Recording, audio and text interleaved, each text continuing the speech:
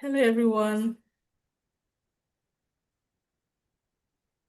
Hello, everyone. How are you all Hi. doing? You're welcome to AI for Good 2026 Global Demo Day. It's been several weeks, from the 10th to 14th, actually participating, building project, and now you've come to the day where you're going to showcase your project, particularly for the top five. Are you excited to be here? We have our judges in the room. We also have mentors. We have other external stakeholders here as well, just to celebrate with you as we determine the top two. Just bear in mind that because you're not one of the top two does not mean that you're a loser. It just means that to every race, there has to be a winner. So welcome to AI4Good 2026 Global Demo Day.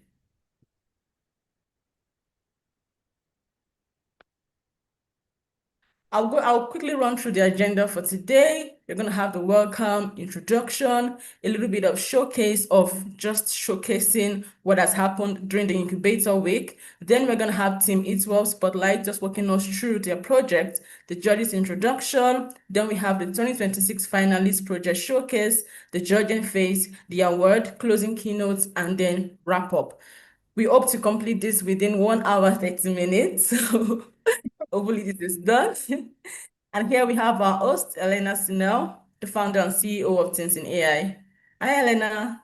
Hi, and thank you for having me once again host this. I think it's probably maybe definitely more than 100 of these I have hosted. It's always good to reconnect with you all. I know I was around for the full 5 days, but I know everyone is a little bit stressed, and I know some of you think that you didn't get through. Well done for showing up and turning up today and cheering for your for the colleagues and people you might end up working with as well. And you never know, next time it could well be your project in the top five. But congratulations to all 40 teams. Yes, we had 40 teams from all over the world. I think we've had more than 200 participants in total across 6 locations this time. I think across all 6 locations, we had 39 speakers. So it really does take a lot of people to inspire this many young people. 81 mentors across all 6 locations.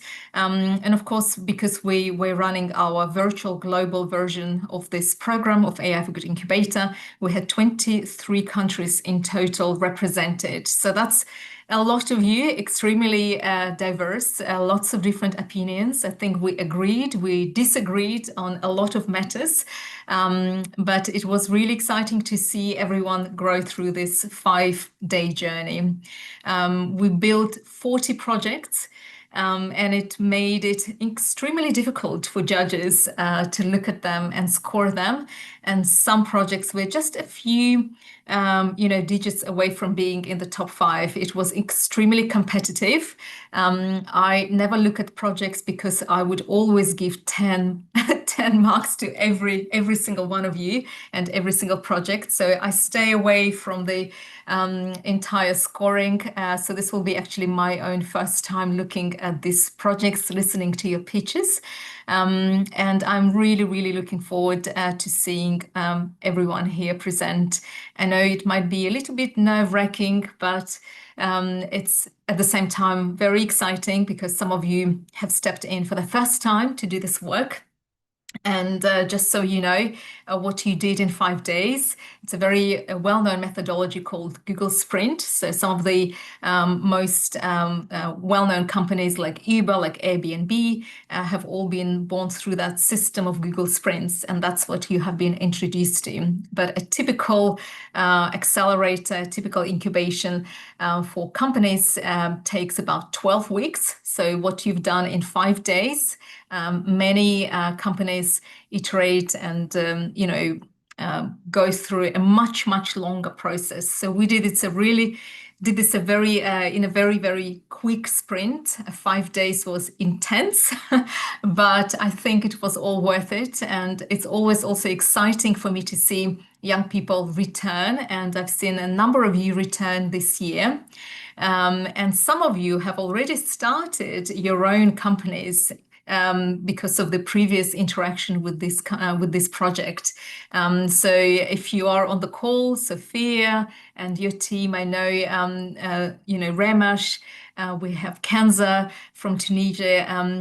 You've all been through this process, and I can see some of you are already building other projects and your own startups already, which is really, really exciting, because we really do want to see all of you eventually solve problems, whether it's through starting your own ventures or contributing to projects or companies that already exist.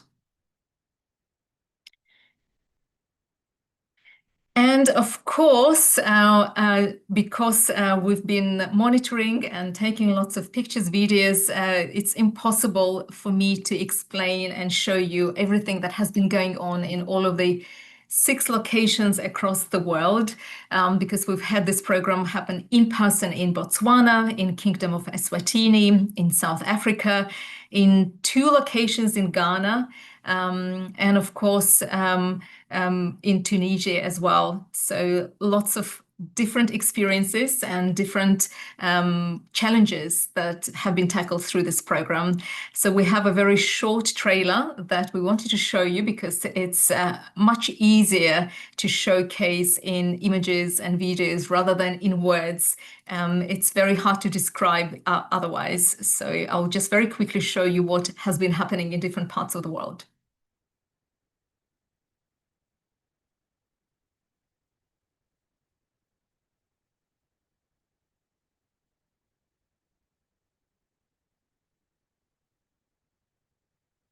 Technology always loves to test us.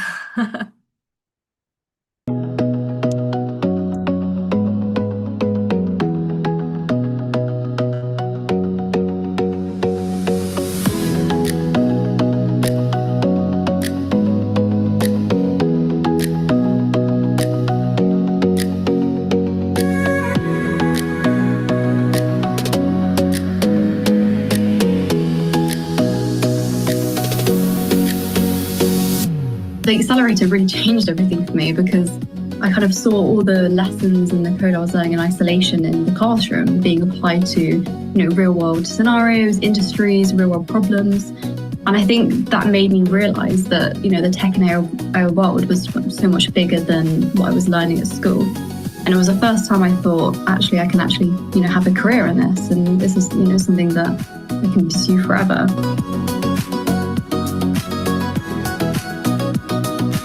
For the program, I mostly thought about AI and technology in terms of what they could do, right? So during the program, I started thinking much more about why we were building something and who was actually supposed to help. When you have your project, even after the techathon or the incubator, try to make something out of it, right? Don't just leave it as is. Try to actually bring it to life.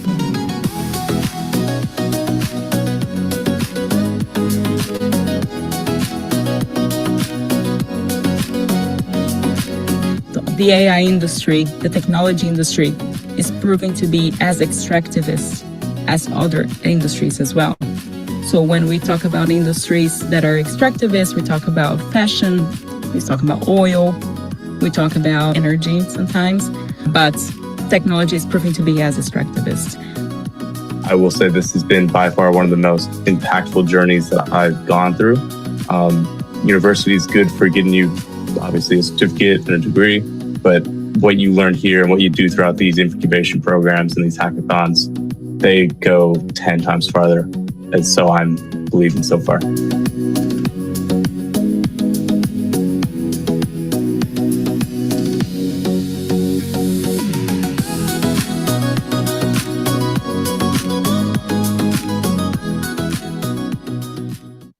All right, so that gave you a glimpse, I think, as to what has been happening. But it was really exciting. 5 days, 3 massive challenges: climate action, life on land, and life below water. And we're really looking forward to seeing what the top 5 finalists have to present to us. And of course, we have the judges on the call already prepared and really looking forward to listening to all the pitches. But I know we have a team here. We have been accelerating since April. And I would love to bring them onto the call. Before I bring you guys on the call, I would like to also thank the team behind this. So you know that it takes a massive community to actually run this program. Some of the instructors that I would love to thank for being there and teaching us, bringing topics like design thinking and ethics, and doing a demo from University of Edinburgh as to how technology like AI and data science are being used in different parts of the world to also accelerate solutions connected to climate and how we're tackling some of the climate-related challenges in Kenya, in various other parts of the world. And we're very grateful to Edinburgh University this year for partnering with us and bringing this inspiration and real user cases for young people. We've also had somebody from Microsoft teaching some of the latest stack and prompt engineering. Capgemini have also taught a low-code, no-code workshop and showed you some of the really quickest, fast ways of building something, a prototype that you could build literally in a few hours. And of course, there were a lot of mentors on the call and in Discord who have been there to hold your hand and answer all of your questions, but also ask questions that were probably difficult sometimes, particularly the AI ethicists. We had Tessa jumping in and out of the call. Nell knows Tessa really well.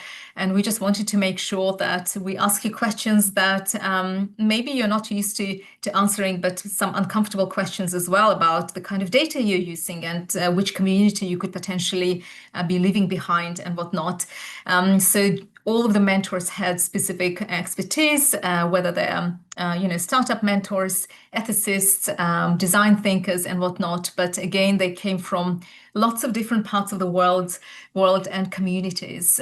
Some were in person in our 6 locations, and many joined us online to help and support us. So we're really grateful. I know some of you are on the call, and it was really amazing to have you join us and for you to also be able to guide our young people, but also get inspired and hopefully learning something else as well, something new.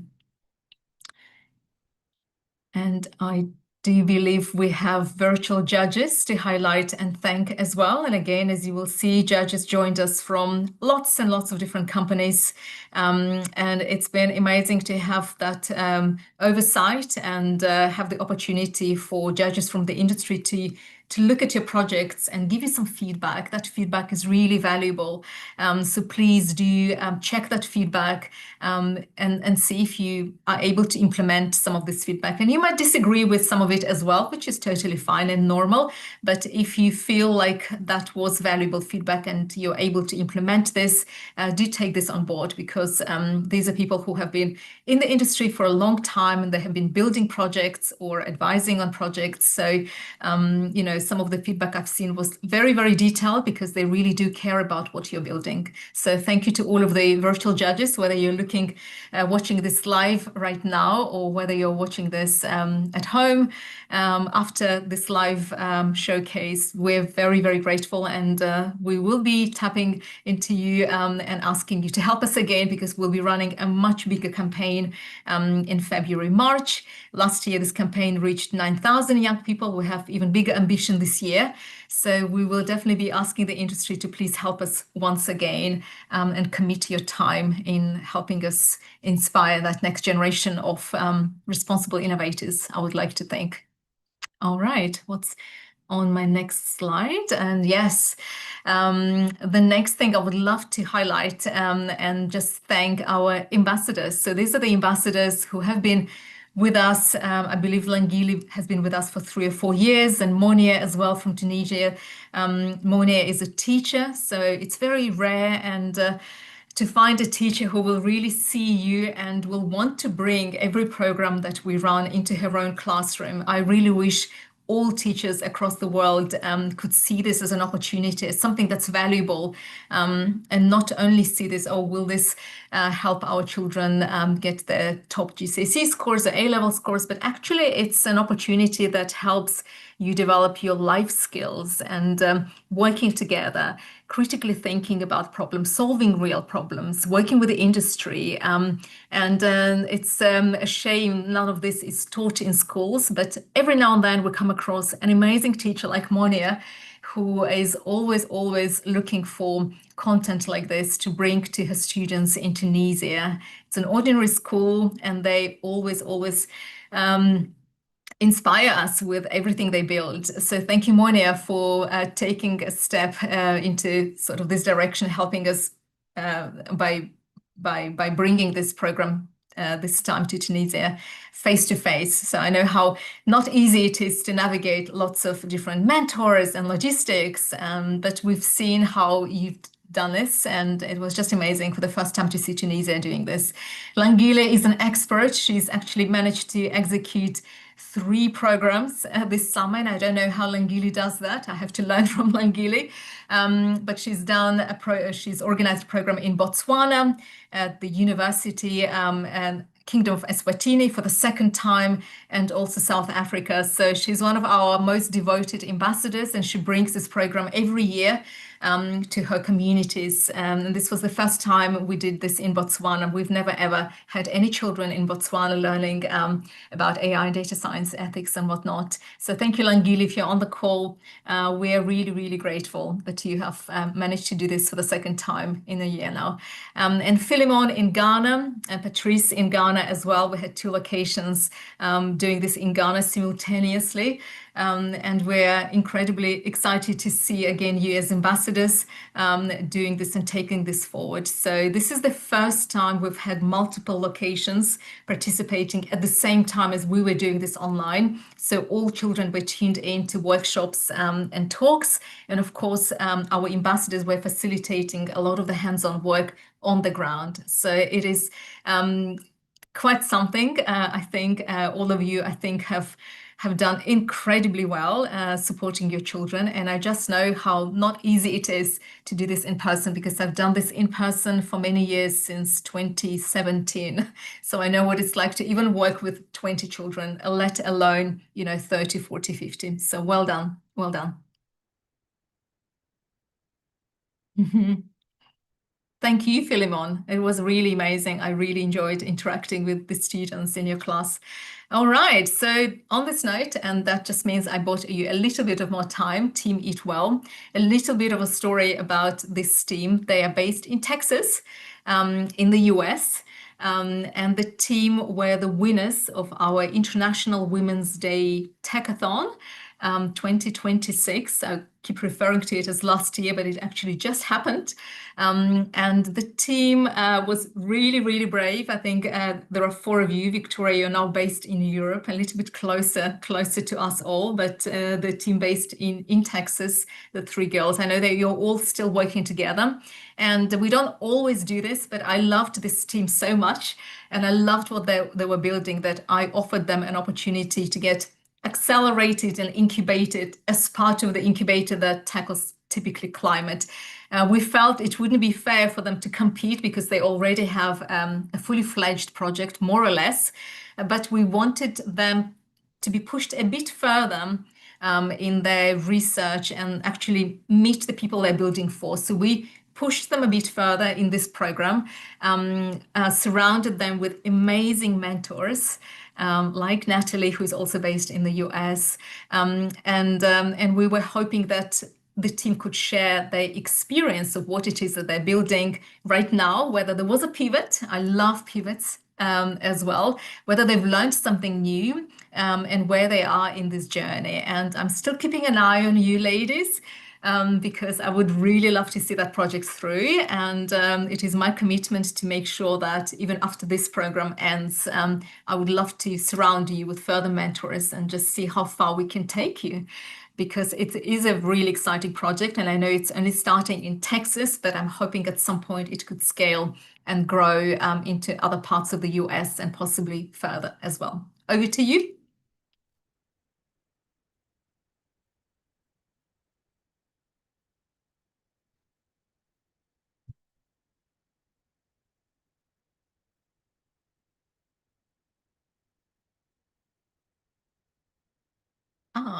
There is slight issue here, as always, but let's see if our team will magically solve it and have that short little video for us to show. And if not, I know the team knows that pitch so well that they could probably pitch live. Am I right? Okay, let's give my team a chance because I really loved that that video. And if we can't show this, then we're just gonna have you tell us about your journey live. Yeah. All right. Amazing. Okay, so are you ready, team? I think this is your opportunity to tell us and pitch live, which is going to be amazing. So just briefly tell us about what your journey was like in March, April when you built that project, and what happened in the incubator, and what's the next step. That's what I would like to hear. Yeah, thank you so much for the wonderful introduction, Elena. We are Team Eat Well, and we're based in Houston, Texas. So we're all from the same school, and we would do this volunteering when we were a bit younger in our earlier years.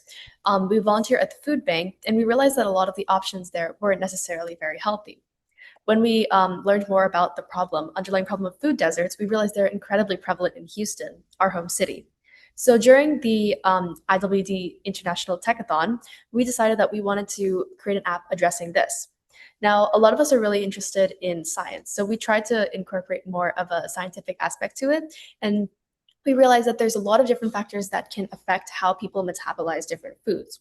So in our app, we incorporated various genetic markers, family health history, and current symptoms to help inform these decisions.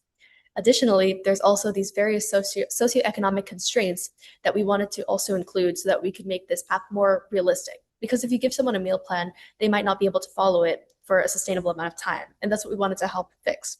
So we included things like grocery budget, federal aid benefit plans, and also transportation access, because in our city of Houston, the public transport is not the best. So with that, we've developed Eat Well, which uses obviously AI to help generate meal plans for low-income people based on these different constraints. And so we presented it at the International Women's Day Techathon and we're very fortunate to receive the first prize. So after that, we decided we wanted to continue a little bit more with the project.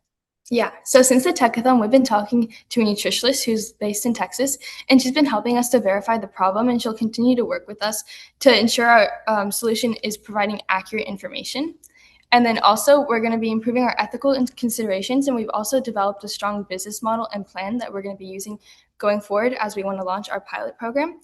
And then we're currently conducting user testing on our MVP and developing our prototype. We're improving our questions, we're adding more features, improving the reliability, and ensuring data integrity along the way. Amazing. Are you talking to real people? Would be Yes. my first questions. Okay. That's the most important one, right? And you did go to that mall and to speak to real people and ask them and demo. Well done. And do you have something else to add? I was just going to touch on a few of the things that we've learned throughout the process. Throughout our process with Teens in AI, we've learned a lot more about AI ethics and data security, especially in the realm of health and nutrition, because when we're dealing with people's personal information, we have to make sure that data remains safe while also ensuring that the information that we give them is true and safe without going into medical advice, because that could become dangerous for the user. And then we've also learned more about outreach and user testing to improve the functionality of our app. So we've used mentors and partners to help outreach to people throughout and beyond our community in hopes of gaining more information about the issue at hand. Fantastic. Have you had a pivot, or has anything changed at all since you started developing this in March, April? Victoria, was there a pivot or anything you've changed, or have you gained any new insights since you started the 5-day journey with us? Yeah, I mean, we really got to think more about how we're structuring it, the project, and really how we plan to move forward, especially where we want to bring it from a prototype to a real world platform. And yeah, it was very helpful, all the mentors, and they helped us think about how we're going to expand our data sets and our AI capabilities as well, from validating recommendations with health professionals and also integrating real time the grocery and accessibility data. And yeah, we're just working on trying to get a larger pilot with diverse users, and we're really excited to keep moving it forward. Amazing. And how does it feel to now work across different time zones? Because Victoria, you're now in Madrid and the rest of the team is in America. When do you tend to work? What's the Our optimal time is like morning meetings nowadays. for Victoria in the Fortunately, our school afternoon? schedules, yeah, our school schedules line up so that we have a like rest period of no classes when Victoria is free in the evening to work. So that's fortunate for us. Amazing. Well, that's a real real experience for you as well, because in the real world of work, we all work across different time zones and teams. So that's really exciting to see. And what's the next step for the team? And what kind of help do you currently need, do you feel? Yeah, I would say right now we're still sort of developing our data architecture. So previously we had it so that users didn't have to sign in and all their information wouldn't be saved. That was one of our like ways that we would handle the privacy. But now we're realizing that if we want it to be a more sustainable process, we'd have to have the users create accounts. And with that comes issues concerning data privacy and making sure that personal health information is protected. So in the US, we have HIPAA constraints. It's a law that it protects all of patient data. So making apps compliant with that can be a little bit difficult. So right now we're mainly looking at mentorship in terms of data architecture and also structuring the accounts and sort of things like that. Amazing. I think I may introduce you to Marion, who manages all things data at Cencora, who is one of the judges here today on the panel. I think she'll probably be able to guide you on that, and that probably will introduce you to some others as well. But well done, team. And out of interest, and I think that's probably what everyone will want to know, who did what in the project? What are your roles, titles, or responsibilities? I think we all kind of share the responsibility of doing everything. We each have our own strengths, but we all work together in everything and divide the work evenly. Okay, amazing. Well done, ladies. Really looking forward to seeing how the project progresses, and we're connected on email and LinkedIn, and I would really love to see how else we can push this project further. All right, so please do rely on us. Well done. All right, well, this was just a demo and the progress update from the team that has been with us since April, March. They were the winners of the Techathon, and I really hope every single team, whether you are on this call or the team that maybe win not necessarily the top 5, but have been building their projects. I'm talking to the teams that are here on the call, cheering for the others, but may not have been picked for the top 5. Still carry on building projects, and if you are there to want to continue this journey, we will be here to support you. It very much depends on your willingness to carry on, and there will always be interest and ability for us to surround you with mentors and support. For me, every single one of you is a winner. And I'll keep reiterating that because I think it's very important for you all to know. All right, so I think on this note, I'm now coming to the judges. We have 3 really amazing judges today on the panel, and I'm really looking forward to hearing from you now. And I'll ask each one of you to say hi, introduce yourself briefly, and tell us what are you looking for today in the teams and in the pitches. And then we will start with the demo straight after. I'm going to start with Marion. Hi, Marion. Hi there, thank you. Excuse me. My name is Marion Shaw. I'm Senior Director of Data and Analytics for the International Business Group at Cencora. Cencora is a Fortune 10 healthcare company, headquarters in the US. We have many different business units. Healthcare is our primary.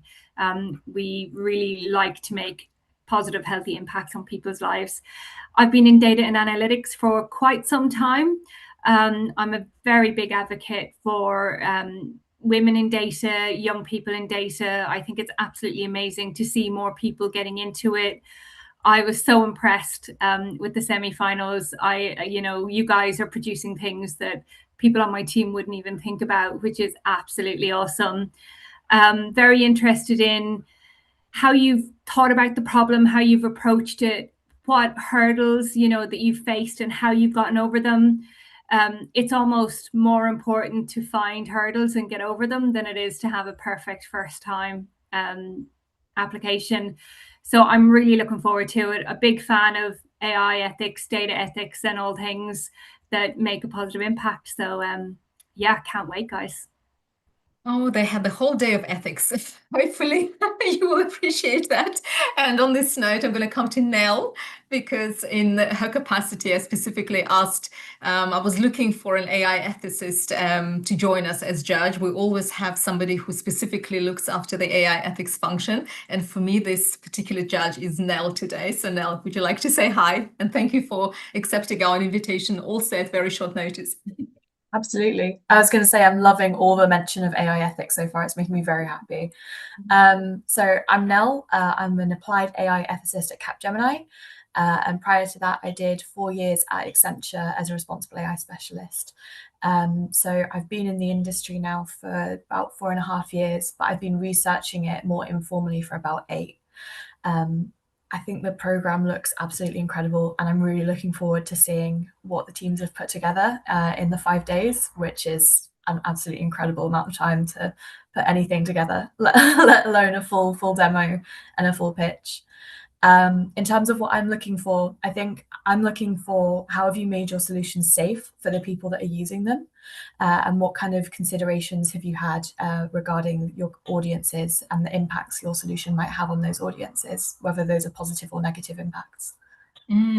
Yeah, already start thinking about those team, because it's probably the questions that we will be asking you. Nell will definitely be asking you. But Nell, you also had experience participating in hackathons like this.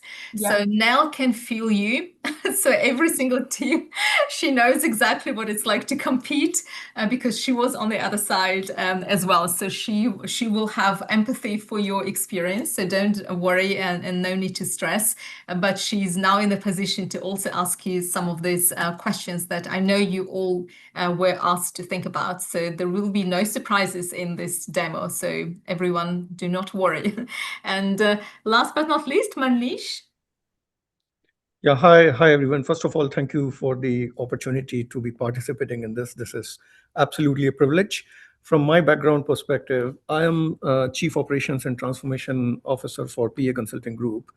PA is one of the reasonably well-known management consultancy here in UK. It's a global outfit, and it's one of the rare companies which has got both consulting and engineering combined. Like, we are part of Jacobs. We also have a team of 300 scientists which sit in Cambridge.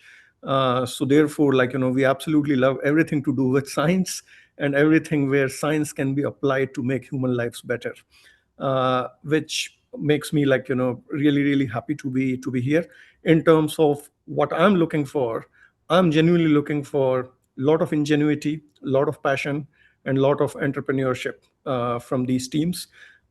There's a lot which is being said about AI in terms of the impact it will have on human lives, and I'm absolutely excited about the future. This is one technology which will actually help us all grow as humans, and no better people to see this from the teens and from our today's generation to absolutely take reins, because I think their imagination goes much ahead as compared to probably where my imagination would go. So really looking to be inspired today.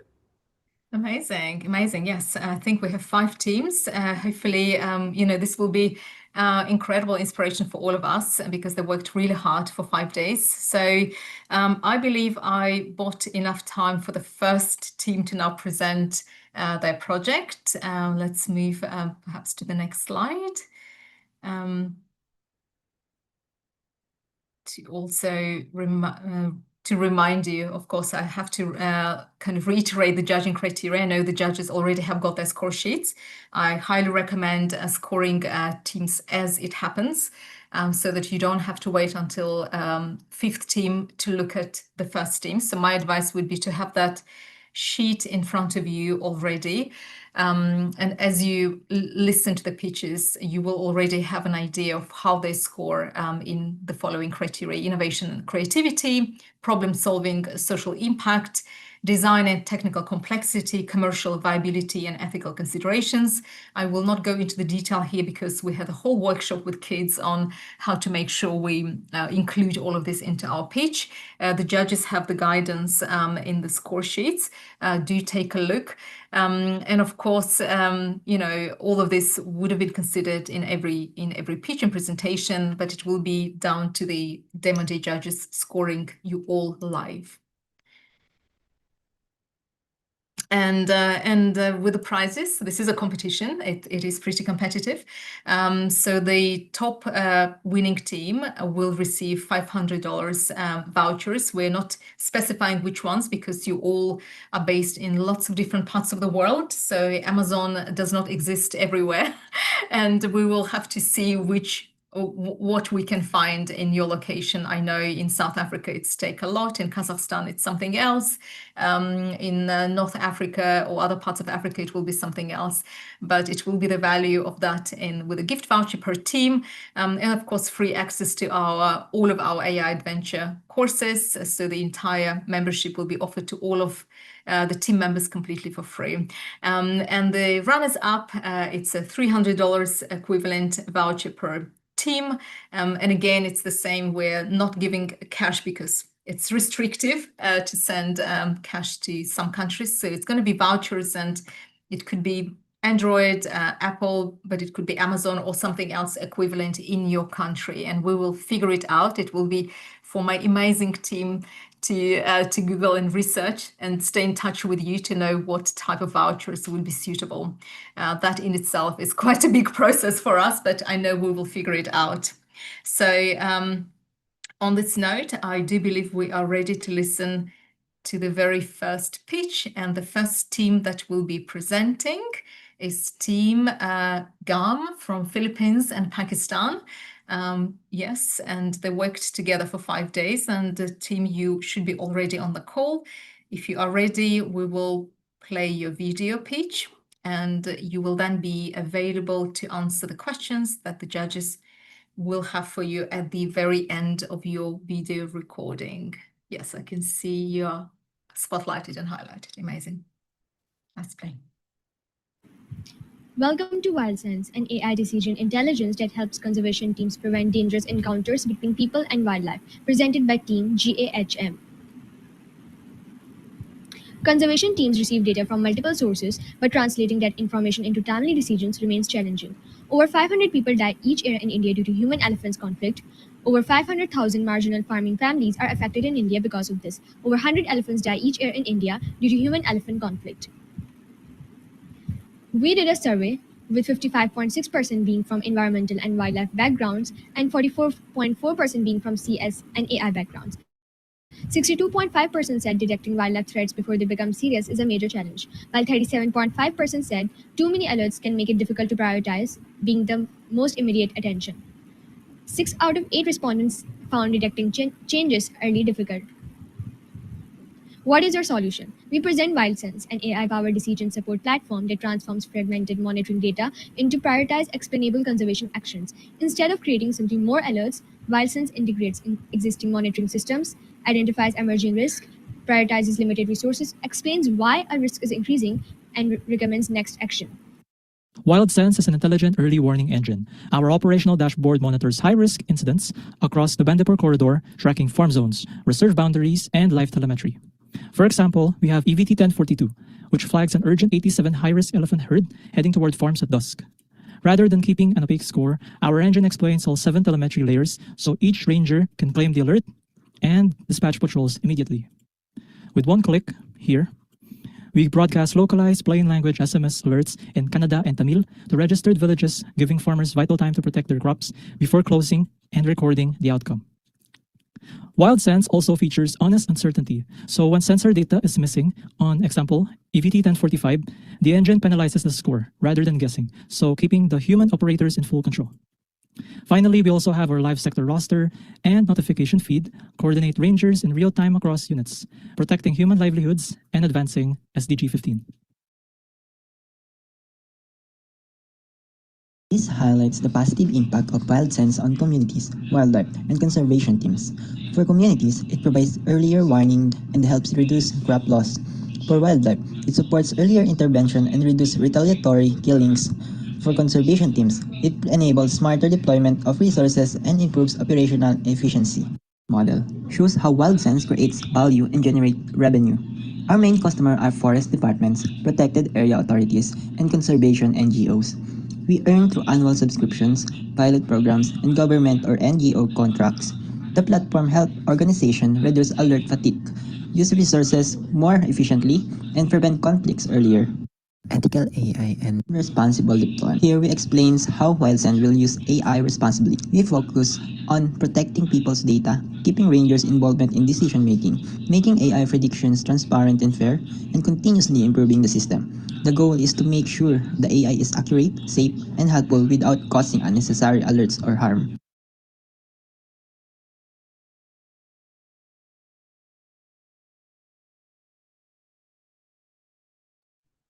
Right. First team, first project. Exciting. All right, I'm coming on to the judges. Judges, if you already have any questions, it could also be a comment. Feel free to unmute yourselves, and the team is here to respond to any questions you might have. So I will go first. So first of all, fantastic, very clear purpose in terms of what you're trying to achieve. I'm just trying to get to your inspiration behind it. This is like you're talking about wildlife, you're talking about elephants. Have you thought of scaling this for other similar challenges? Has that thought occurred to you?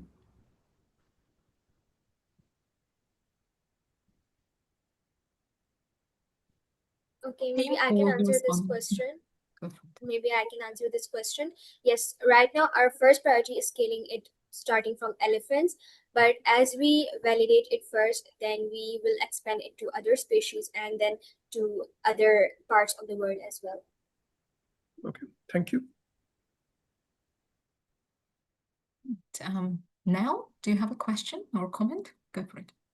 Yeah, Maria, were you about to speak? Go ahead, you're fine. I think it looks really amazing. I think my only question would be regarding data protection and privacy. I saw that you wanted to be really sensitive with people's personal identifiable information, stuff like that. How are you going to address that challenge with tracking people's location? So I would like to answer this question. In terms of tracking people's location, it's actually illegal to track it in our app. So we're not going to track the location.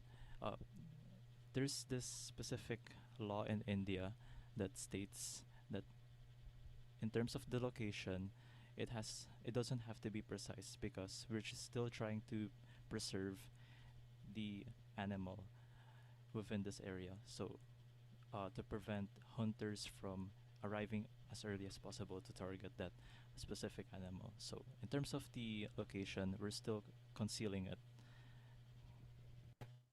It was hard to hear, but did you hear the answer, Nell?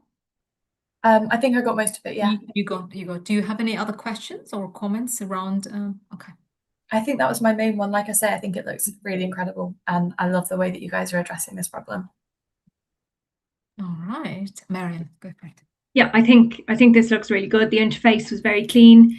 A question I have around the sustainability of your application. So you said your main customers were going to be subscriptions, governments, NGOs.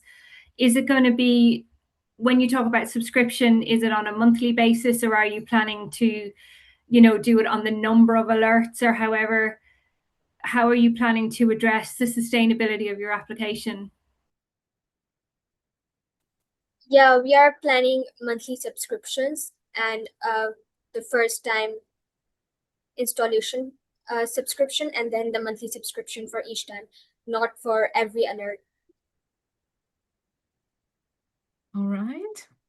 Okay, fantastic. Well done, team. First team. It's not easy to be the first ones, but well done.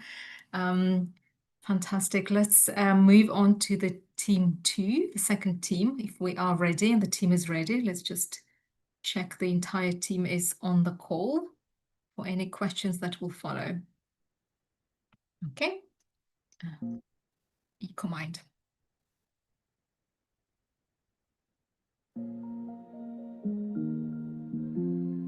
Meet Dilly. She's a 19 years old university student who genuinely wants to make sustainable choices. She's even willing to pay a bit more for a better product. But there's a problem. Almost every retailer labels their products eco, green, or sustainable. Dilly doesn't have time to research every claim, and she doesn't know which ones to trust. So even when consumers want to do the right thing, greenwashing and the lack of transparent information make it hard to know what they're actually buying. This is where EcoMind comes in. EcoMind is a browser extension that brings sustainability information directly into your shopping experience, right when deciding what to buy. When Dilly visits a product page, EcoMind analyzes details and generates a green score based on materials, recyclability, and longevity. And because trust is key, we provide a confidence score to show missing data instead of false accuracy. Our prototype demonstrates this experience directly. On Amazon, our Chrome extension extracts product evidence and displays the green score right alongside the item. For any clothing product like this, a real essential cotton blend t-shirts, it analyzes the materials, highlights data gaps, recommends greener alternatives, and rewards users with eco points. Responsible AI is central to EcoMind. We don't present sustainability scores as absolute truth. Our criteria are transparent, confidence levels communicate uncertainty, and users remain in control of how EcoMind looks and behaves. Privacy is equally important. We never sell individual user data. And we don't want sustainability to feel like a lecture. EcoMind uses positive gamification. Every better choice earns points that users can use to customize their koala companion. Our business model combines sustainability grants with anonymized aggregated demand insights for retailers. This allows brands to understand which sustainability attributes consumers actually value without accessing individual user data. We are the team turning this idea into reality, combining AI and technical builder here Sultan, Carl, experienced in prototype lead, Mahin, research and responsible AI lead, and Rian, the project lead. Our vision is simple. Sustainable choices shouldn't require hours of research. They should only take seconds. With EcoMind, we want to make sure seconds are more transparent, trustworthy, and meaningful. Thank you.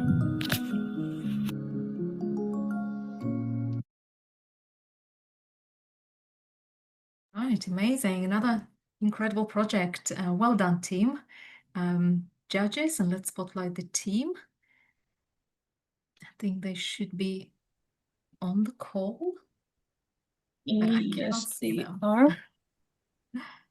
Carl, Mahin, Rian, your cameras need to be on for us to put you in the spotlight. Oh, yes, we are not able to spotlight you otherwise. Am I right? Okay. But we can also listen to you guys. If you're not comfortable with cameras, I can definitely see the team is on the call. So let's maybe proceed with questions. And if they do decide to come on the call, they can. But if not, we will listen to them responding. All right. All right. Who will be the first one? Manish? Oh, there you go, Carl. Well done, Carl. We can see part of you, but it's okay. You're there. Again, once again, congratulations to the team. Another great product, and absolutely, I think probably climate change is something which all of us are truly concerned about. The question I have though is, when I started seeing your demo, you start by offering a eco score, like you mentioned. What is the data set which is driving that answer for different products? And is that eco score can be challenged by different organizations, saying that you have offered an eco score which probably they may disagree with? How do you tackle that challenge? And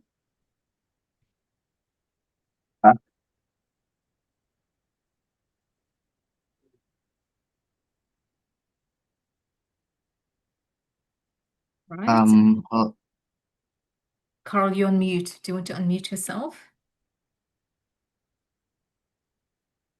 I think I'll ask Rian. Okay. Let's ask Rian. Are you on the call, Rian?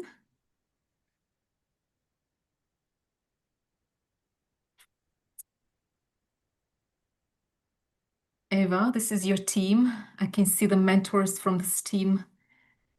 Yes, I think they have networking issues, but I can issues. I can answer that. I can answer that because I've seen them working through. So Manish, it's a combined metric.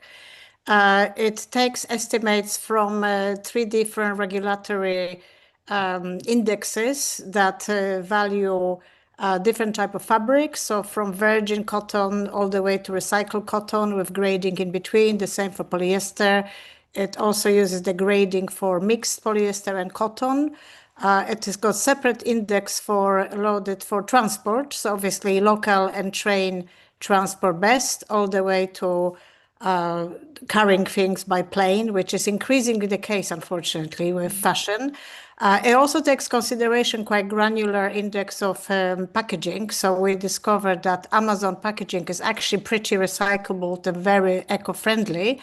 What's not eco-friendly is suppliers' packaging. So the virgin packaging that comes from suppliers is terrible, and we use the indexes for that. So Year Sultan has run like a combinatorial additive metric, which can be broken up for the user should they want to investigate, but also for the companies if they want to know more.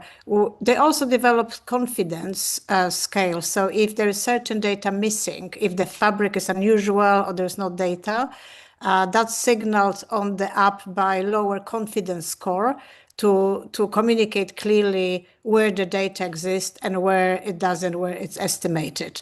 And with time, retailers will line up, but everybody's familiar with these indexes. It's just people don't want to feed into them because they're not clearly picked up. So this app is really visualizing it for the user, what's usually hidden very deep in the level 55 of supplier manual.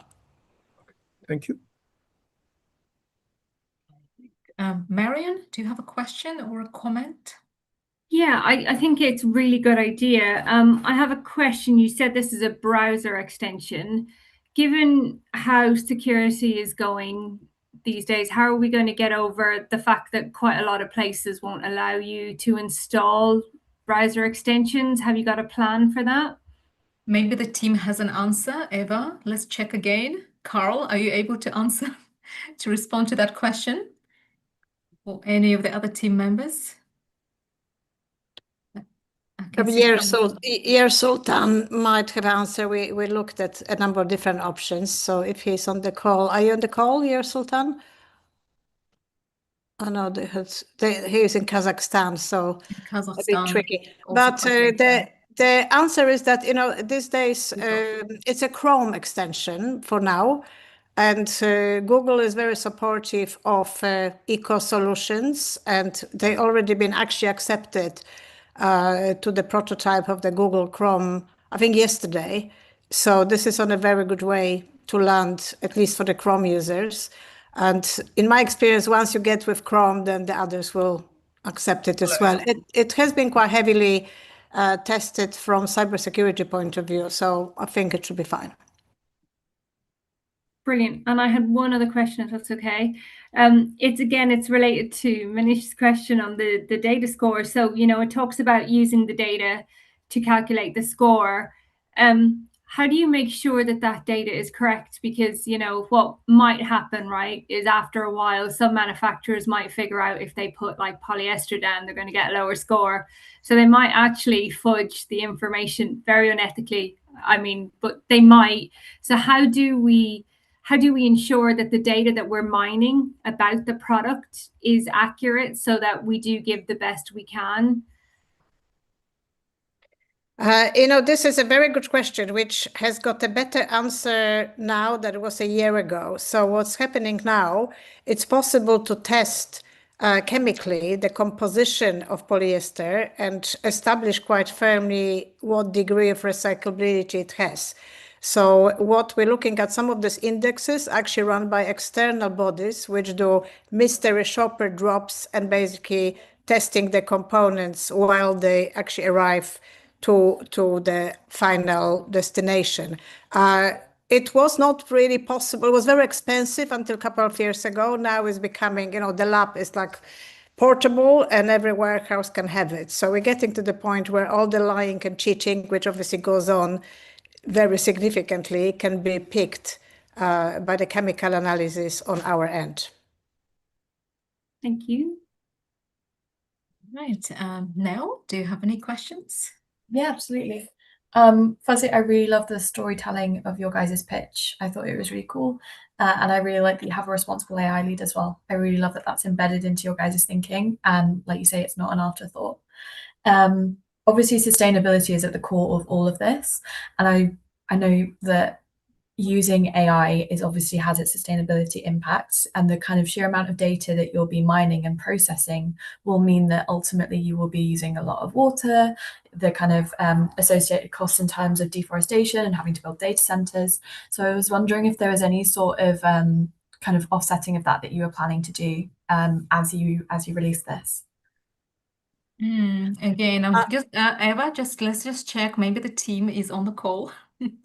Can any of the team members respond? Is anyone on the call? Carl, would you like to unmute yourself and respond to this question?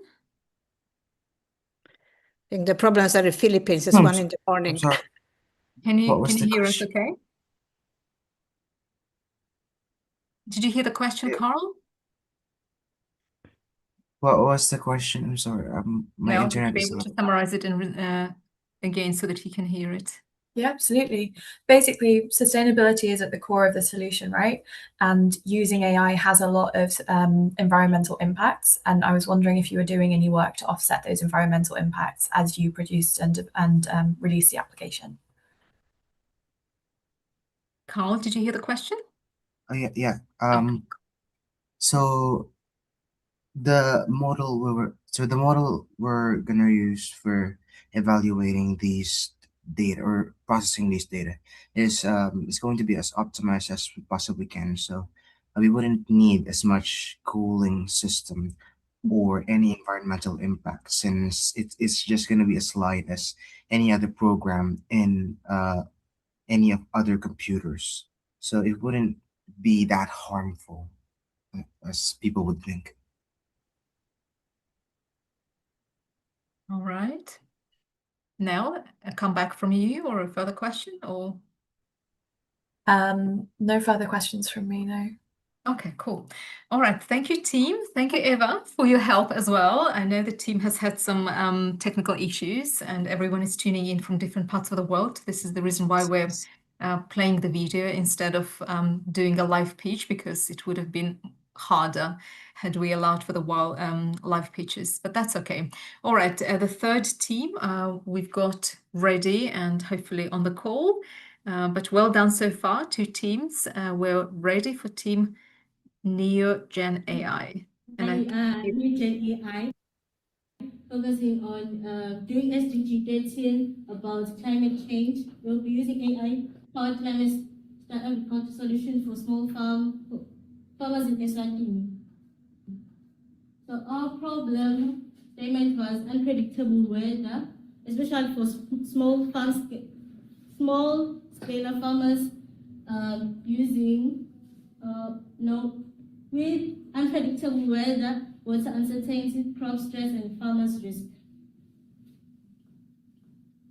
So we decided to create an app which is connected to a system in farms where the AI will collect the data and predict weather, and also collects data from the satellite and agricultural knowledge. It will use a controller which collects and transmits farm sensor data, because the farm it will have farm sensors, soil moisture sensor, temperature sensor, rain gauge, and also smartphone GPS, which will be transmitted to the farmer, and the farmer know about the coming weather. So our AI detects detects the disaster before it happens, analyze the data, and sends warning alerts. It also recommend the crops that could be grown in that season. And the AI ethics are data privacy. Data privacy, where the AI farmers protects the farmers' personal information, location, and so on and so forth. Fairness and access keeps recommendations useful across different farms and resources. It follows by farmer autonomy. The AI acts as a guidance. The farmer always makes the final decision.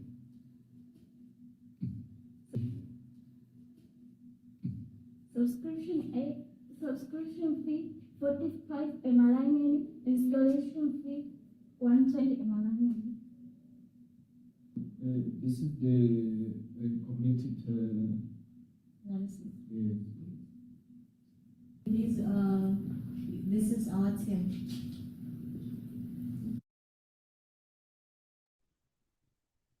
All right, the team is on the call. Judges have some questions. So this was, I can see, an in-class presentation, but we had subtitles, so hopefully judges didn't have any difficulties hearing the presentation and whatnot. If you do struggle, we can also send you the link to the pitch deck for you to have a look as well. But if you have any comments or questions, I think the team is ready to take them on the call. Okay, I will go first once again, which is I have two questions to the team. Number one is your dependence on the piece of hardware, because it's again a great use case. But if I've understood it correctly, you are dependent on a piece of hardware which needs to go into the form. Hopefully, I've understood it correctly. So please, correct my understanding if I've got it wrong. So that's question one. And the second question, which I think you started answering towards the end of your presentation, which is the advice the farmers are getting. Is it like this is advising them to go after which crop? Is that the main advice which they are getting? So would be good to hear from you in terms of those two things.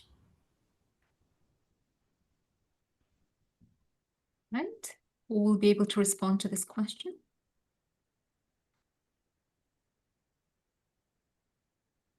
Hopefully I'm audible and the question is clear, but very happy to repeat if it's not clear.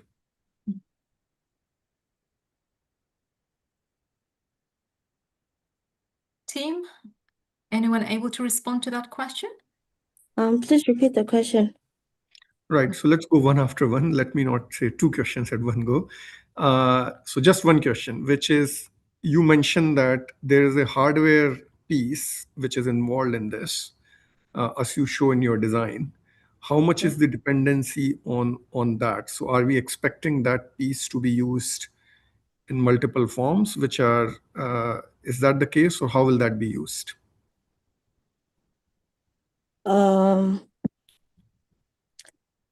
Sorry.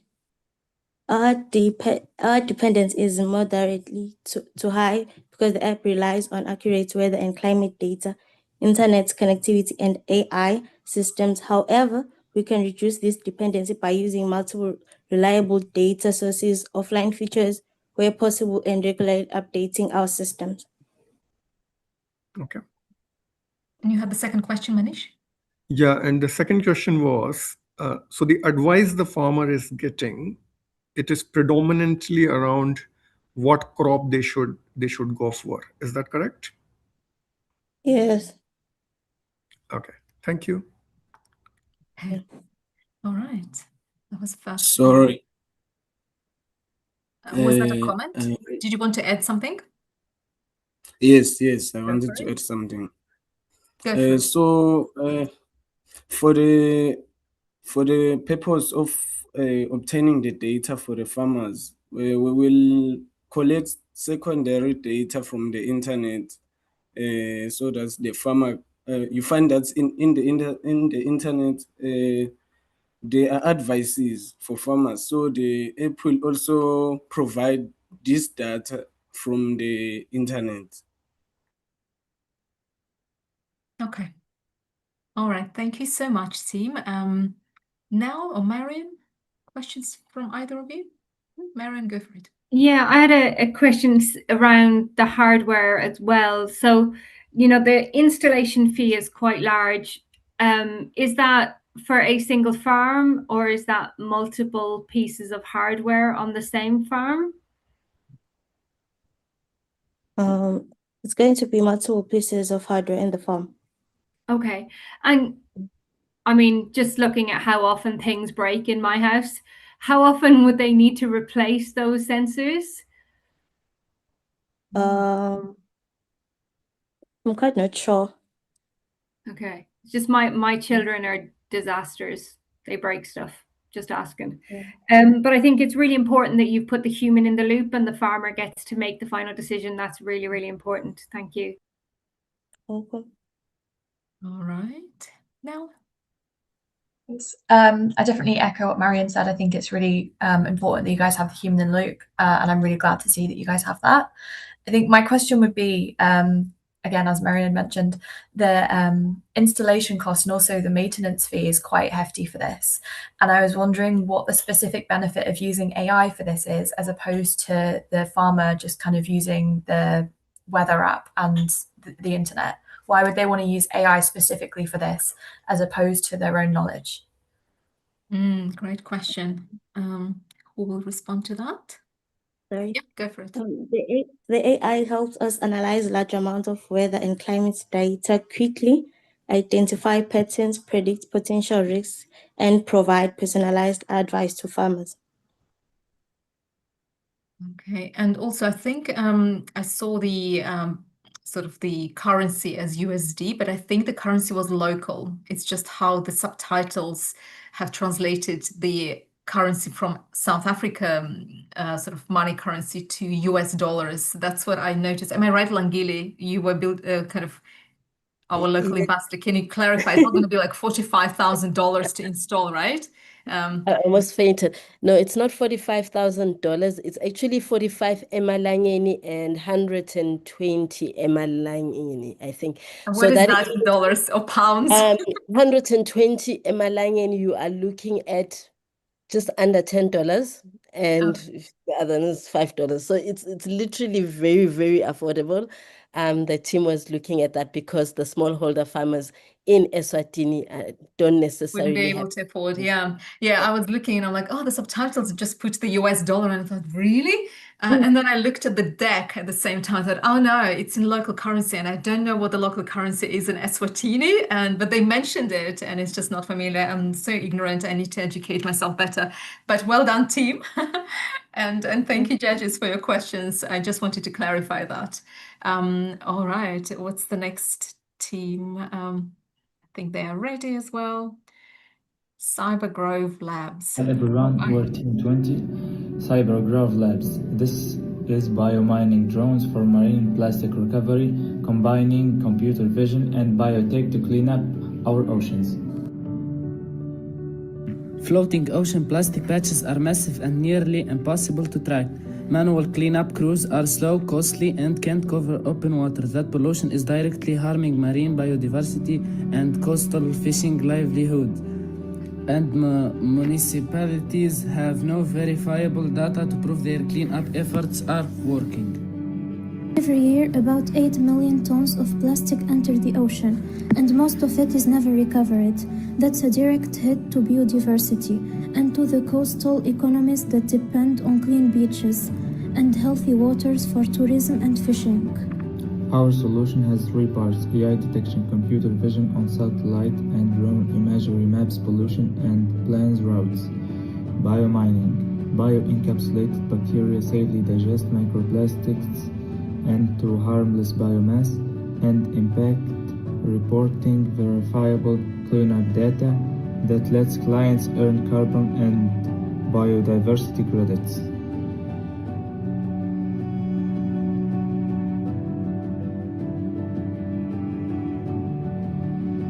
create an AI-powered payload that fits into existing marine drones to automatically find and break down microplastics using safe PEDS enzymes. It scans the water for plastic hotspots, directs the drone's path, and sends live cleanup data straight to our user dashboard.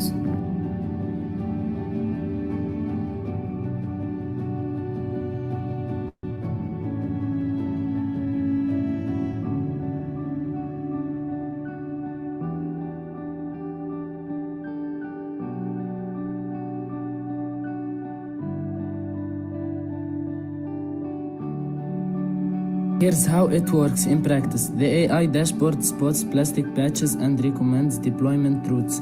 Our autonomous drone fleet deploys the bacterial treatment and monitors containment in real time. And the client dashboard reports plastic removed, biosafety status, and credits earned. Safety is central to this project. Every bacterial formulation goes through controlled contaminant trials and third-party certification before development. We are fully transparent on data use. We never sell client data, and clients can request an independent environmental audit at any time. Commercially, we have 3 streams: service, contracts with the coastal municipalities, resorts, and shipping companies, trading our verified carbon and biodiversity credits on international markets, and partnerships with marine biology institutions and conservation NGOs. Our clients are coastal municipalities and resorts operators who need provable pollution reduction and want to protect marine biodiversity, but are cautious about new tech. We give them efficient cleanup, tested biosafety, and verifiable proof it's working. Large-scale cleanup organizations have more funding and public trust, but they rely on slow, costly manual methods that can't touch microplastics or cover open waters. That gap, plus rising demand for verified credits, is exactly where we come in. Costs are drone manufacturing, bacterial R&D, and biosafety testing, and imagery and compute. Revenue comes from tiered contracts, credit sales, and partnerships, and we can start with a single pilot coastal zone and scale from there. Thank you for your time. Right. We did manage to switch off Arabic subtitles, but we thought it was really amazing to see other types of subtitles. So hopefully that wasn't too distracting, but I love Arabic as a language. All right, so the team is on the call. Are we ready? Fantastic. I'm gonna dive into this one if that's okay. So this is a really good idea. I'm a scuba diver, so I'm all on for cleaning up the water. Very important. I think one of the things is you were talking about the drones to break down the plastic using chemicals. Do we know the long-term effect of those chemicals on the biodiversity and the ecosystems in the marine environment? Team, who will respond to this? If you don't mind, Lujane, I will take this question. As much as we know, we did our researches, and bacteria doesn't usually harm marine lives. It only breaks down the plastic, and when it's done eating the plastic, it doesn't have any more energy to spread and harm any other marine lives. Okay, brilliant. Thank you. All right. Can I add something? Oh, you've got some comment, Lujan? Yes, can I add something, please? Yes, go for it. First of all, please, do you hear me? My internet is kind of bad. Yeah, we can hear you. Thank you for this question. The bacteria we're using is mostly enzymes. That is not harmful at all. We took it from places, official places like the Protein Data Bank. That's what I liked to add because we researched this part. Thank you. Okay. Amazing. No? Thank you. I agree with Marion. I think this one looks incredible. I love the amount of research that you guys have clearly put into this. And I also love the fact that you're capturing that cleanup data to kind of show the value of what you're producing as well. I think it's really cool. I think my question is, I saw on the prototype there were two specific things. So mentioning freeing the sea life that were getting caught in the drones, and then also the fail safes. I love that we've considered fail safes as an option. But I'm thinking about getting those back after we've had to deploy that failsafe. How are you going to retrieve the drone to make sure that you're not harming the kind of natural biodiversity of the sea? And then kind of similar vein of question in that if you're trapping the sea life, how are you making sure that you're not harming them?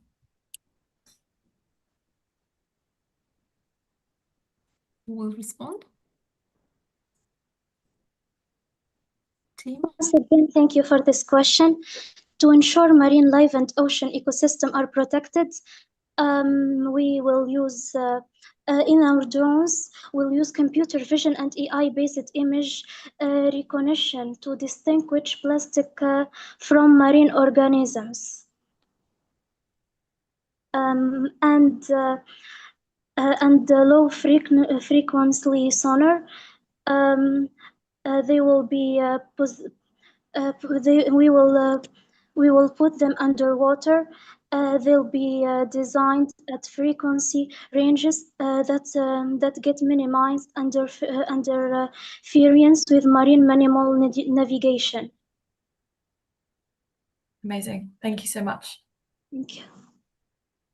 Manish, do you have a feedback? Again, team, absolutely love the idea. Great thinking and great research and analysis. I would love to understand your commercial model a bit more. It's great that you've thought of a clear commercial model. I guess my question is more in terms of how do you propose, first of all, have you kind of already deployed it somewhere? And then how are you going to size the value which you will put on your product? Because it's a great product. So how do you kind of make sure that you are charging it correctly depending on whether you are, because your customers are of different type is what I could see in your commercial presentation. Have you thought of different commercial models and how you want to scale it? This is why we have you, Manish. We'll come to you for advice. That's definitely. But Lujan, do you have an answer, or anyone else from the team?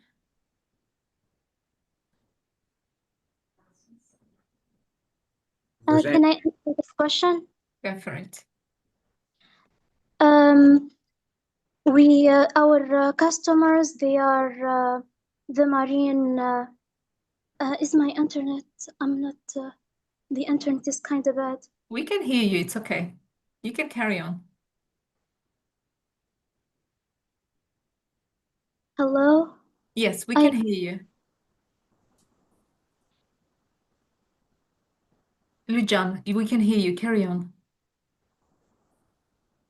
I think she might not be able to hear us. No problem. It's fine. Would the rest of the team members be able to help? Yes, I can answer this question. We are hoping that we will power our drones from solar panels, so it doesn't cost very much. We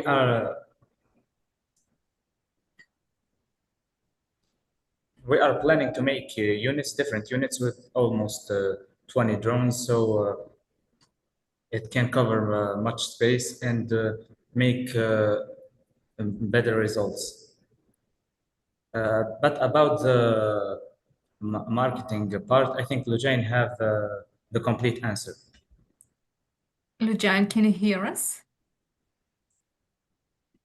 Hello? Yes, you can also type, Lujan. I can hear you. The internet is back. Sorry for this. To convince our customer of our commercial viability, our business model relies on three main pillars. First, we operate on B2B and B2G, business to government and business to business. It will be called cleanup as a service. saving portals up to 16% compared to traditional manual cleanup and heavy regulator fines. Secondly, our unit economics are highly efficient. Each drone cost around 300, yes, to assemble and achieve full ROE in under 6 months. Third, we create a circular economy by transforming recovered microplastics into high purely monomers that we sell to recycling plants. Turning waste management costs into a profitable revenue general assessed. Thank you. All right. Manish, did that answer your question? Absolutely. Thank you so much. Okay, wonderful. Thank you so much, team. That's perfect. I believe we just have one more project left. I just want to check with the judges. Do you need extra time to look at your score sheets, or you're fine? Okay, Nell's fine, Marion as well, and I think Manish as well. Fantastic. So one last project. The team should be also on the call, and I think we are ready for the final pitch. Good day, everyone. We are Team 21, and our project is called AquaSense. AquaSense is an AI-powered aquatic ecosystem intelligence system. Our main goal is simple: to detect pollution early, protect aquatic life, and protect community livelihoods. Many communities depend on rivers and other water sources for their daily needs. So keeping our water clean is very important. The problem we are addressing is water pollution. Pollution can enter our rivers without people noticing immediately as water gets worse. Fish health and reproductions are affected. This can reduce fish production and eventually affect livelihoods of communities. The biggest problem is the pollution may only become obvious when serious damage has already happened. This is where AquaSense comes in. AquaSense is designed to provide an early warning system for aquatic pollution instead of waiting until pollution becomes visible. Our system aims to continuously monitor water condition and use artificial intelligence to help identify possible problems early. This gives community a better chance to respond before the damage becomes severe. AquaSense can benefit many people who depend on healthy water systems. These include local communities, fishermen, farmers, and other people whose livelihoods depend on aquatic ecosystem. It also complements existing water quality monitoring by providing continuous AI assistance and community-based information. This means AquaSense is not replacing existing systems, but helping monitoring more responsive. To conclude, AquaSense is more than just technology. It is about using technology to protect water, aquatic life, and people's livelihoods. Our vision is to see the water and protect the life within it. By detecting pollution early, we can help communities respond faster and protect our freshwater ecosystems. We are Team 21, and this is AquaSense: detect pollution early, protect aquatic life, protect community livelihoods. I am Siposetu. I'm with Owetu, Sanelisiwe, Buyanza, and my bone. Thank you. This was the final project. I think we have one team member on the call who would like to kick this off. Manish already has unmuted his mic. Manish, go for it. I think we rushed through your commercial part of it. So I would love if you could spend 30 seconds more on how do you plan to go about, like, your commercial application of this. So who are we selling to? What are we kind of like, saying to them? What would it take for them to buy from us? team, would one of you like to unmute yourselves and respond? You're still on mute. Sethu Sanalisiwe. I don't want to make an error in pronouncing your beautiful names, so I'm not going to risk it. But who is on the call to help us with? Langile, anyone else on the call? Sethu, you've unmuted yourself. Can you respond to this question? Can you tell us a bit more about the commercials and your model?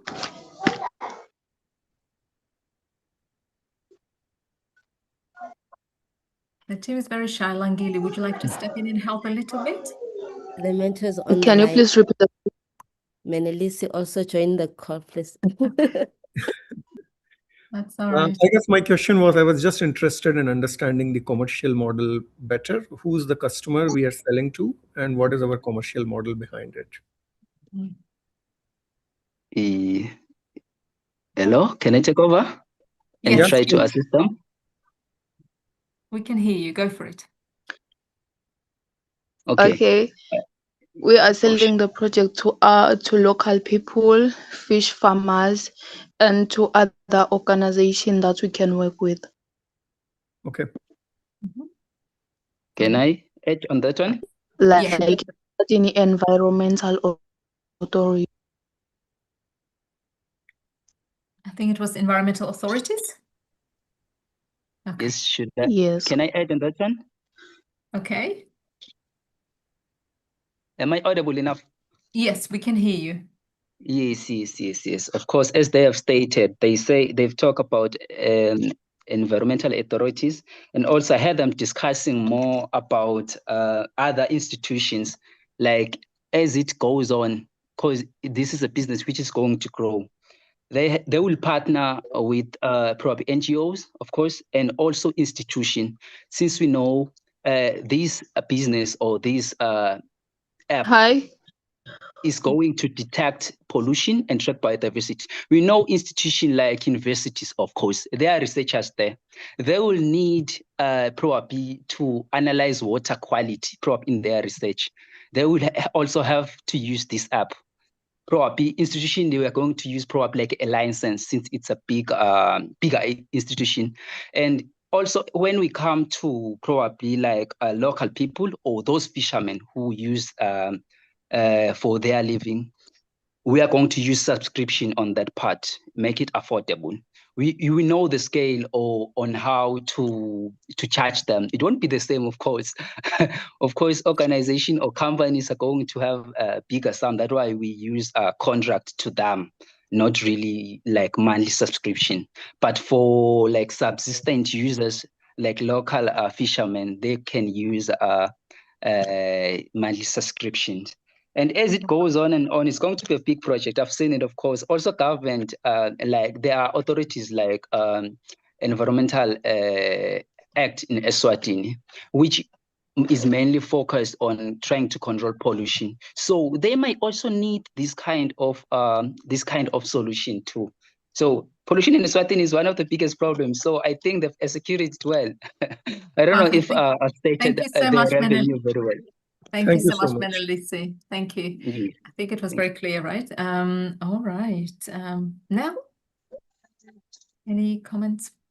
Yeah, I think I've just got the one question, which is you said that you'd be using predictive analytics in order to make predictions about when the water is starting to become more polluted. I was wondering what data sets you were using to build that prediction on. Is there anything that's available, or is that research that you would need to do? All right. Are you able to respond? Go for it. Can We you can repeat hear the you. question? Yeah, of course.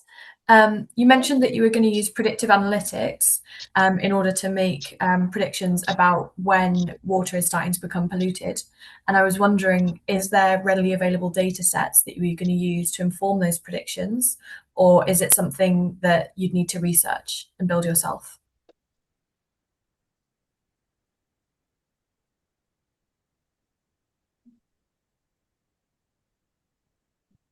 Sethu, are you able to respond?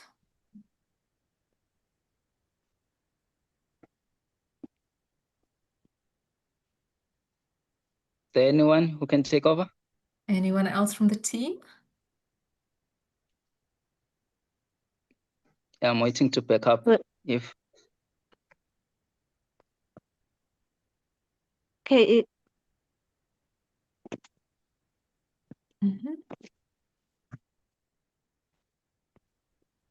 Langile, would you like to help a little bit? I know, or anyone else from the team? I can only see 2 screens. That you can take it. Sethu? I think it's frozen. So the main problem with data sets around small countries such as the Kingdom of Eswatini is that they are not easily available. So the team had been thinking about the idea that they might need to really do a lot of research in order for them to create one that is localized, but they will be utilizing the global data sets that are of areas that are similar to what Eswatini's environment is like, as a starting point when they start off the project. Sethu, would you like to add to that?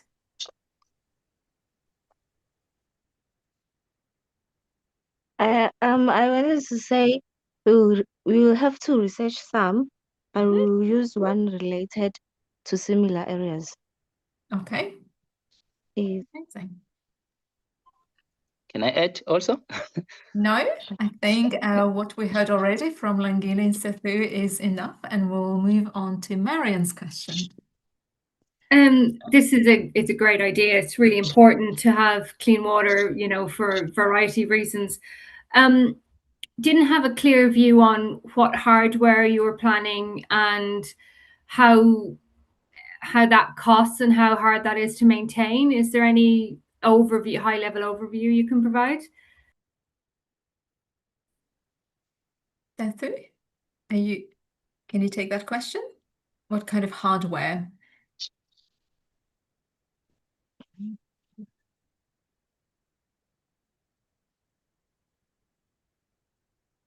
What? Can you repeat the question? Yes. So what are you going to use, you know, to record the levels of pollution? How are you going to measure it? How are you going to take the underwater pictures? What kind of technology are you going to use there?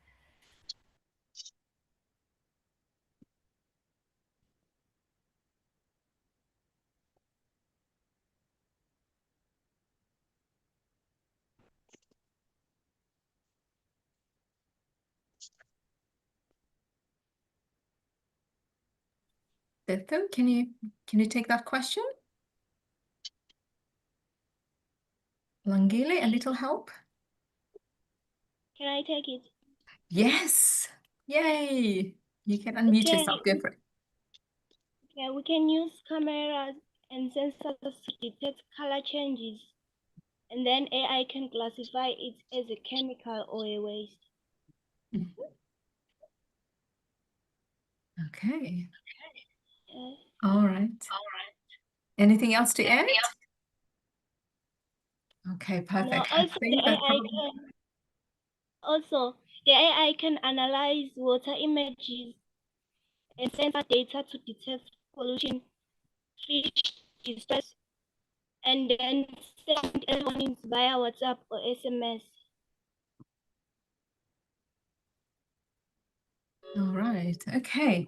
All right. Well done, ladies. Well done to all teams. That was very brave. I know I haven't heard all of your voices, but I know you were all there on the call, cheering and trying. I think that's really, really important. So well done for unmuting yourselves and saying a few things. I think that was really, really important to hear some of your voices. All right. So I think we've listened to all 5 pitches. What happens at this stage is I will be taking the judges away to another room. We have a breakout room ready. Motun, my colleague, is going to come with me, and I know we'll be looking at your score sheets and the scores. Yes, well done, everyone. Well, thank you, Eva. Everyone else will stay in this room, and this is an opportunity for first of all, to take a little break, a comfort break. So if anyone needs to go to the bathroom, have a glass of water, please do so. And I know my team has got a really fun, cool activity for you all. All right. Whilst I will be away, there will be things happening in this room as well, which are going to be really fun for you to engage with. And we'll come back in about 10-15 minutes, possibly a bit longer, because I know you made it very difficult for the judges. So that I anticipate a little debate. It always happens. So, but we will do our best to come back soon and announce the results. All right. But well done, everyone. You've all done really, really well. All right. All right, so my team is going to teleport us to another room, I think, at some point.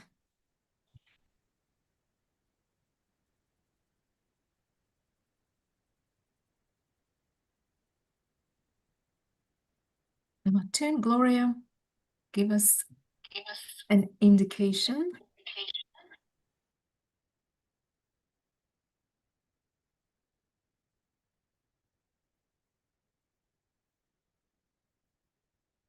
All right, bear with us. I know it's going to happen.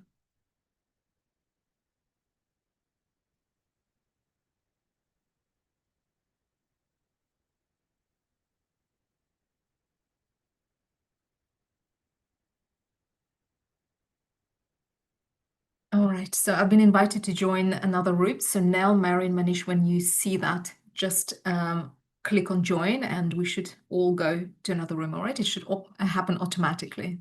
Okay.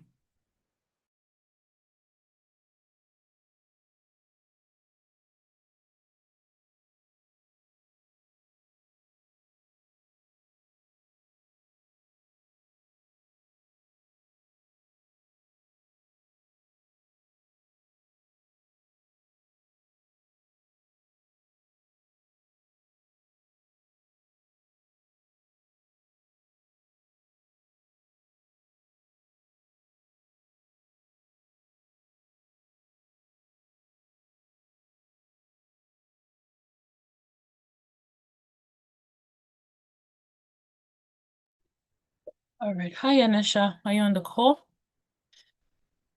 Yes, I am. Oh, great. You have the floor.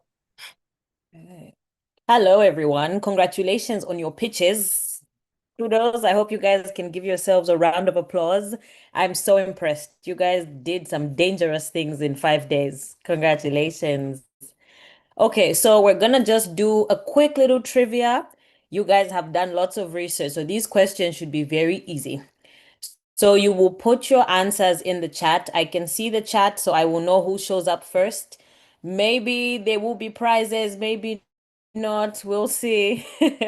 So, okay, it's not gonna be hard, I promise. It's things that you know. So we're gonna get started. Motun, you can go ahead. Oh, Gloria, yeah, Gloria. Okay, so we're gonna do 2 truths and a lie. So I'm gonna give you 3 statements. 2 of them are true. 1 of them is a lie. So I want to see if you can spot which one the lie is. Let's do the first question. Question 1. This is about forests. So the first statement, trees absorb carbon dioxide from the atmosphere. Forests are home to more than half of the world's land base, produce food by absorbing nutrients from the soil. Which one is the lie? Okay, I can see C is the lie. Okay, C. Okay. Everybody says C. Gloria, let's see what the answer is. Okay, we have a B in there. Okay. Okay, C is the correct answer. Trees produce most of their food by absorbing nutrients. Oh, that is the lie. Where do they absorb nutrients from? Anyone? If C was the lie, what's the right one? Where do they get their nutrients from? They produce their food. Okay. Let's see the next one. Photosynthesis. There we go. Next one about oceans. Oceans cover more than 70% of the Earth's surface. All ocean animals can survive equally well in both fresh and salt water, or the ocean produces a significant share of the ocean we breathe. Which one is the lie? A, B, or C? Okay, I've seen B's. There's a C in there somewhere. Okay, another C, a B. Okay, so it's pretty mixed. What's the right answer, Gloria? Which one is the lie? B is the lie. All ocean animals can survive equally well in both fresh water and salt water. Okay, we have someone justify only some are adapted for salt water. Someone says two completely different environments. Okay, so you guys actually did your research. Next one. This one is about plastic pollution. With the last team to pitch, you guys better get this one right. Plastic can enter the ocean through rivers and waterways. Some marine animals can mistake plastic for food, and most plastic waste naturally disappears from the ocean within a few months. Which one is the lie? Okay, I have C, C, C. There's an A in there. Okay, mostly C. Okay, let's see if we have which one's the right one. Gloria? Okay, so C is the lie. Most plastic waste naturally disappears from the ocean within a few months. So which part of this do you think is wrong? Is it disappearing or is it the time frame? So we have plastic waste can last up to several months in the ocean if not cleaned. Someone also says most plastic doesn't disappear for years. So that is true. Yes. So plastic does not degrade easily. It takes a long time. Next question.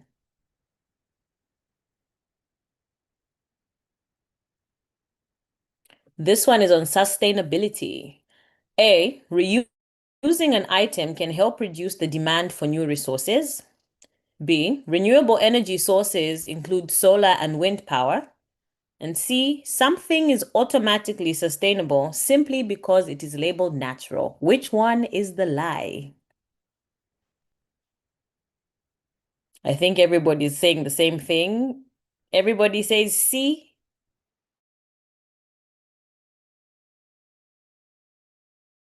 Is the lie? Gloria, are we right?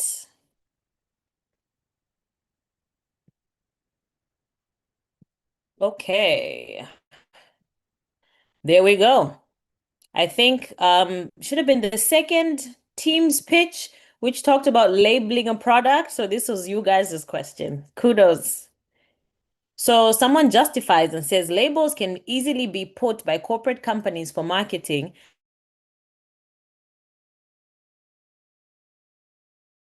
but it doesn't necessarily mean it's entirely true. That is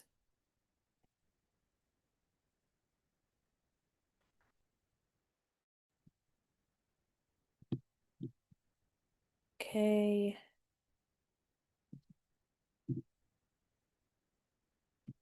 Our planet. A, humans and nature exist separately, so damage to ecosystems does not affect people. B, humans depend on healthy ecosystems for resources and services. Or C, protecting biodiversity can help ecosystems remain resilient. Which one is the lie? I have a mix here. There's some A's, there's some C's. Okay, keep the responses coming. Which one's a lie here? Think about how we exist in nature, all the things we get from the nature. Okay, so it's A and C. Okay, Gloria, what's the right one? The answer is A. Ha, that is the lie. So humans and nature coexist. Our ecosystem is interconnected and everything is affected by one tiny factor in the cycle. Thank you, Carl. That is correct. Someone also says the ecosystem damage affects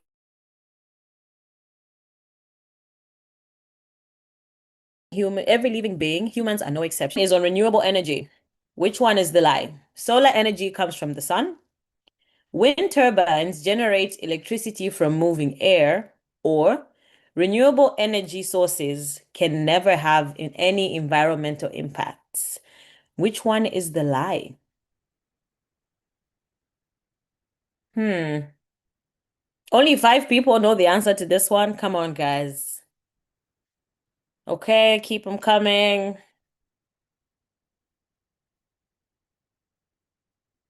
This one, we have a mix. I have A, B, and C. So this will be interesting.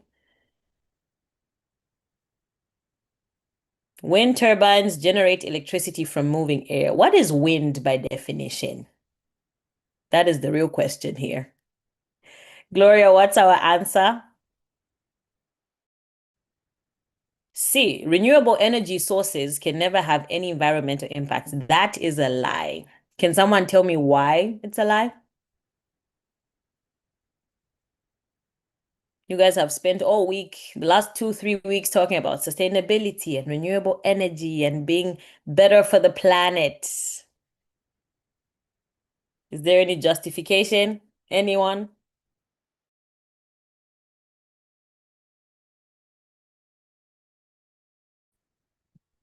No one? Shame. Next one. Okay, we have an answer. Due to the law of conservation of energy, energy cannot be created nor destroyed. So some impacts, so it has to have impact in some form. Thank you, Carl. Our next one is on waste. So A, recycling can reduce the need for some new raw materials. B, reusing something can prevent it from becoming waste in the first place.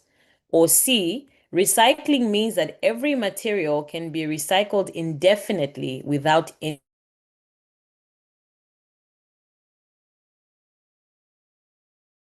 loss. Which one is the lie? Think about recycling and how they tell you to be sustainable. Reduce, reuse, recycle. Okay, we have one answer going. Okay, Gloria, I think you can give us the answer. Everybody's saying the same thing. So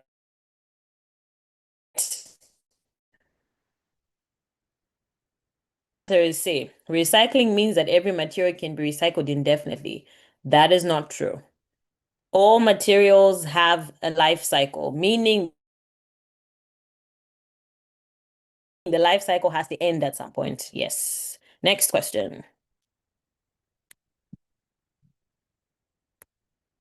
Anas and Aziz say some materials cannot be recycled. Okay, that is also true. Okay, that is a good one. You guys clearly know your sustainability and your reduce, reuse. We're going to do a different trivia part now. So this is going to be a word scrambling game. You need to think of all the spellings in English and all the words put together. So I'm going to give you a bunch of jumbled letters and I want you to tell me what you think the word is in the comment section. Can we do that? Can I get some thumbs up?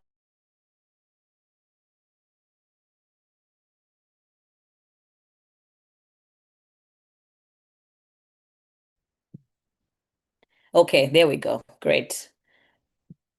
Okay, what is this first word? Tamical. That could be a word on its own. Tamical. Tamical. Okay, I've seen some answers. 2, 3 more.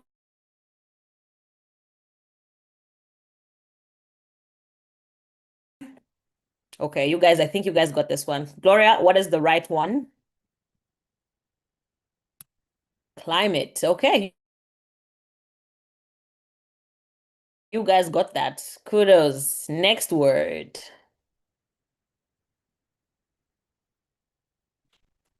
NAEOC. This could be econ. Okay. People are getting, these are too easy. We should have put hard ones. What's the right one, Gloria?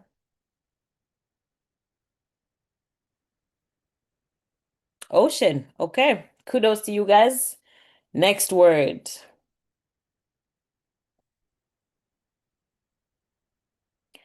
Bilitainasutys.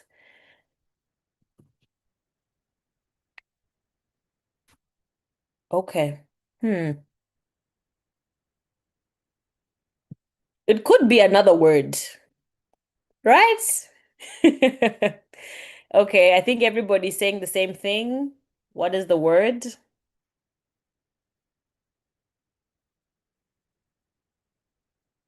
Sustainability. Okay. Are these easy? Give me thumbs up, thumbs down. What do you guys think? Should we make them harder? Thumbs up, they're easy, right? Okay. What's the next one, Gloria?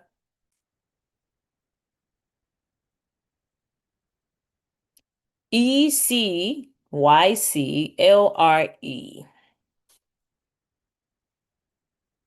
Okay. Okay.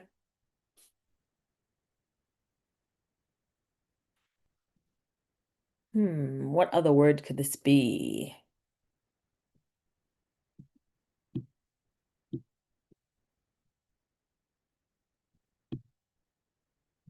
Okay. What's our word, Gloria?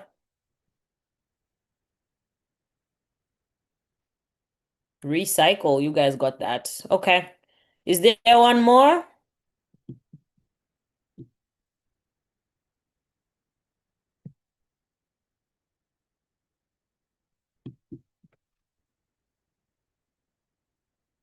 Okay. Let's see if you guys can get this one. This,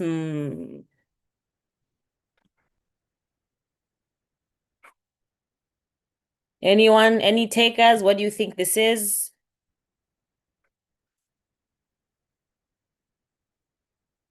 Do you guys want me to give you a cheat code?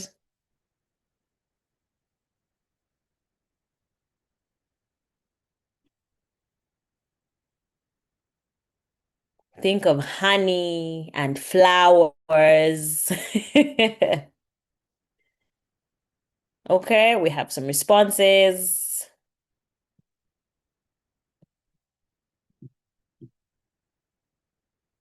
Okay, I think you guys got it. What's our answer, Gloria? Pollinator. For fun, can someone name me some pollinators? I want to see if you guys know what they are. Just give me one or two in the chat. What pollinator can you think of? There's bees. Is there another one? Wasps.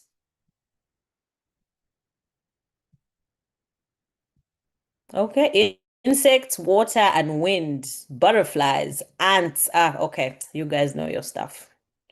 Gloria, do we have one more or are we done? Okay, I think that is it. You guys have done so good. I am so proud. And congrats all of you that pitched today. It must not have been easy putting together such brilliant ideas. I am personally proud of you guys. I wish you guys all the best. And congratulations to the winners. And congratulations to all of you in general for putting together such great ideas. Give yourselves a round of applause.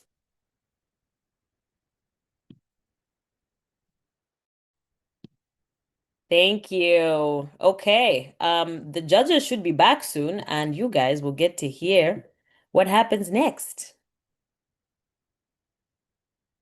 Thank you, everyone.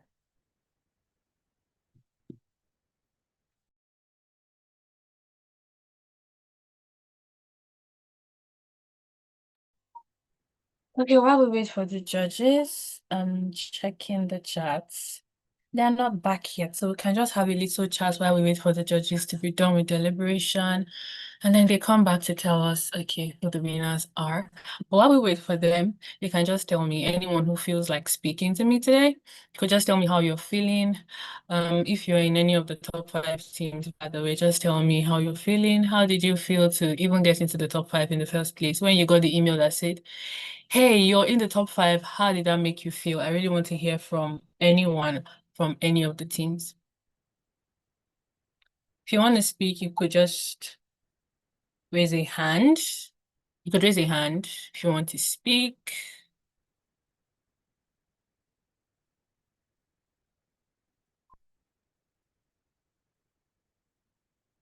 I don't see a hand from anyone.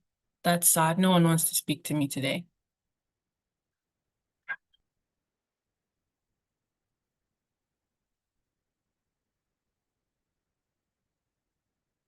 Okay, I see Elena's back. Are we done judging? Yes, Right. yes. Great. Hi, Amazing. Vinesha. How are you doing? Hi, Elena. I'm well, thanks. How are you? I'm good. How was the demo day for you? Were you listening? I was. These kids I'm so impressed and intimidated at the same time.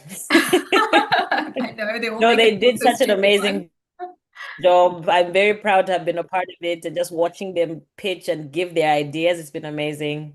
Oh, fantastic, fantastic. I hope you're inspired and maybe, we will do more. We'll Maybe definitely. I'll consult some of them for some ideas. Yes, they're so highly employable as well, Yes. right? So, yeah, Exactly.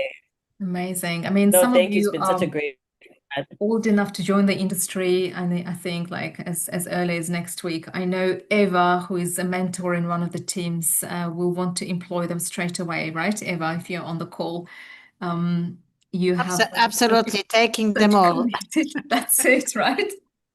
That's fantastic. I really loved all of the projects. It was really hard, very, very difficult for all the judges. Just want to check all the judges are back. Do we have everyone return safely? Okay, wonderful. You can never trust technology, right? So we sometimes lose people in transit.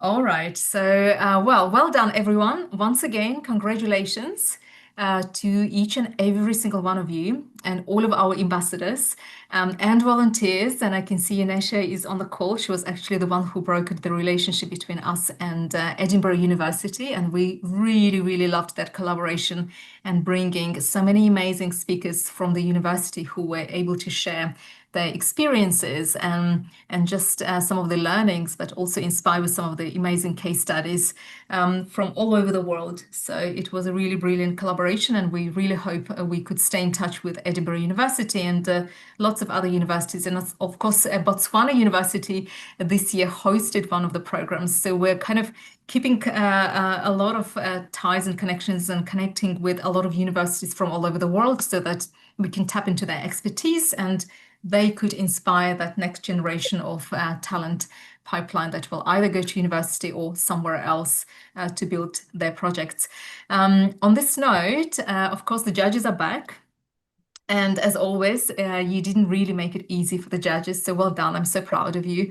And everyone has really considered the ethics. I think we really sometimes feel it wasn't enough in some of the previous projects. And so this year, I reinvented my AI ethics canvas and built a new one and put more effort into creating the kind of training that I can see is definitely making a difference. And we've had some amazing AI ethicists like Tessa from Informa, who was, I remember, hopping from one team to another to just give you some guidance and ask you some questions and give you some tips on how to understand the ethics bit that applies to your specific project, which is so important. So it's not just general principles, fairness, transparency, and whatnot, but it really needs to apply to what it is that you're building. So I'm really, really proud of you all. And I know when I sent this recording to Tessa, she will be super, super proud, as well as everyone else who mentored you. But I know she specifically asked me to please send her the recording so that she can see what happened within the ethics in particular. So well done. On this note, of course, we have runners up, the team and the winning team. And to announce the runners up, the second team, we've got Nell. Who has the honor of announcing. And of course, Nell will offer some general feedback to all of the teams because I think you've all did such a great job. And then she will create suspense so that you can all try and guess what that team is before she announces it. Go for it, Nell. Amazing, thank you. I think just to say again what you've already said, which is how difficult of a conversation it was to try and pick a winner. I feel as though every single team came with something absolutely amazing. And I think, like you said, the fact that this has been developed within 5 days is truly incredible. I was really impressed with the level of, with the depth that you've gone into with your AI ethics considerations. I think so often we see people developing AI solutions with ethics and governance and those kinds of considerations as an afterthought. And the fact that it was embedded throughout everything that you developed, I thought was so impressive. So after much deliberation, we went for a team that we thought had a really creative approach to what they were trying to do. We thought the business model was very, very impressive, and they had really clearly laid out what they were trying to do and how they were going to fund it. And again, there was an incredible amount of detail that they'd gone into. Would you like to do a drum roll, Elena? Yes, let's do the drum roll, guys. The way we do the drum roll, because we can't hear the actual drum, let's pick your favorite emoji and let's just emoji it out as a drum roll. All right, let's just pick any emoji you love.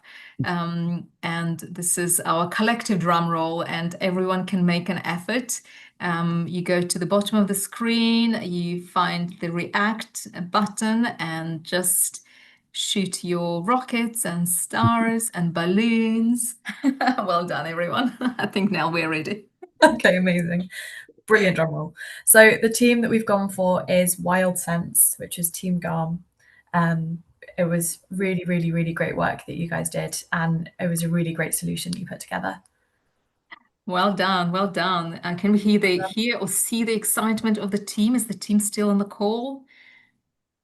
Spotlight them if they are on the call. It would be amazing. Yes, thank you very much for considering us for this. The team is here.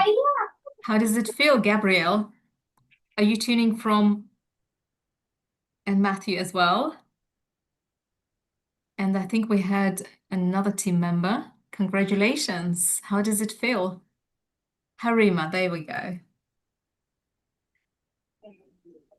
Yes, thank you very much for all the judges and to all the mentors as well. I must say that the mentors really helped us to guide with our projects, and I really had an amazing time working on this project because this is something I have worked with many other programs. I have participated, and I also participated in the Teens in Ad Hackathon, but I never participated in something that is such a short period of time, something we have to build for 5 days, within 5 days only. So I am feeling really good, and I am really grateful to all of you. Amazing, amazing. And team, will you be taking this project forward? If you are, let us know because we can definitely help you. We would certainly love for you to continue working on this project if you choose to do so. Gabrielle, you want to say something about it? I would like to thank you, our institution, our university, for providing an opportunity to join Teens and AI, and we're really ecstatic to develop the overall project from 5 days, from prototype and researching ethics. It's been a lot of help in terms of our mentors as well, in terms of our technical backend and also considering ethics into our projects. So we've had a lot of lessons throughout our journey, and we're really thankful for this experience. Fantastic. Matthew, I haven't heard your voice. Would you like to say something? Come. Thank you for this experience. This program really tested our time management since the time is really short. It's just 5 days, and we had to build many things and to research about things that that we don't have a background with. So it's something new. Yes. Thank you. Amazing. Thank you to the mentor, and thank you for Teens and AI. Fantastic. There you go. I heard all voices. Well done. Well, thank you, team. That was a really, really impressive project. We hope you can carry on working on this project, and we will definitely be here to support you. All right, do please reach out. Amazing. Well, thank you so much, Nell. Now coming to Manish, who will be announcing the winners with Great, a like drum roll. again, once again, I think I will say where I started when we entered this virtual room. I came here looking for inspiration, and I have to admit, like, all of you, each and every team, I'm just absolutely amazed, because if I look back at my own career and ask myself this question, which is, can I do something like this in 5 days? I I just can't. I've never done it in 5 days, and I still probably will find it extremely challenging to achieve what you have achieved in 5 days. So please, like, that is one thing which you need to take with yourself, which is, in such a limited amount of time, at your age, if you can achieve what you've achieved, you have your life in front of us. And I don't think I can even start to imagine in terms of what your potential is and where you will go in terms of what you've achieved. And it's not only about your ideas, because ideas is one part of it. The execution of those ideas, the thinking behind those ideas, your ability to even pitch, because believe me, pitching is not easy. Uh, it's easier said than done, that, like, go and pitch an idea. On top of it, what I also realized is many of you have been working in different locations, coordinating your time zones, coordinating, like, how to come together as an international team. It's just, like, absolutely incredible to watch. And that is consistent across the teams, which then makes the job of judges extremely difficult, because now suddenly you are dealing with 5 teams, and obviously, like, you are all winners, but still, we will have to announce one name. And the reason, probably, like, we have, all of you have, like, solved real world problems. But what we could see in this team is the ability to not only solve a real world problem, which all of you did, uh, but the maturity of the thinking, the research that has gone behind, the ability to scale, and the ability to actually, frankly, launch your product pretty much very soon was absolutely evident, and there is a global usage of that. Which brings me to the to the winner. I guess no more suspense. I've spoken a lot. The usual drum roll, I guess, for the winner here. And in first place, we have got Cyber Grove Labs from Tunisia. Absolutely well done, guys. Congratulations, team. Let's spotlight the team as well and see the reaction of the team based in Tunisia.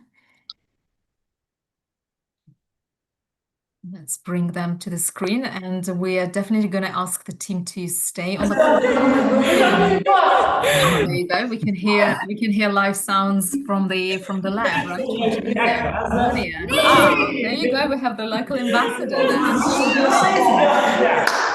Look at that. Okay. Congratulations. Thanks a lot. Thanks a lot for this opportunity. Teens in AI, Elena, Manish, Mason, all of you. It is a great opportunity for me as a teacher, for my students, and for the next generation.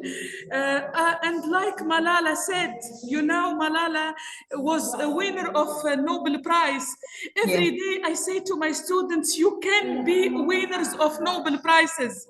Yeah. Malala said, one teacher plus one pen plus one book plus one student can change the world. Today, I say one teacher plus one or 3 or 4 students plus one opportunity can change the world. Thank you very much for this opportunity. And I promise you, I will work, I will do my best to work with my students and to participate in events like this. Thank you. Thank you so much. Thank you of the bottom of my heart. Monia.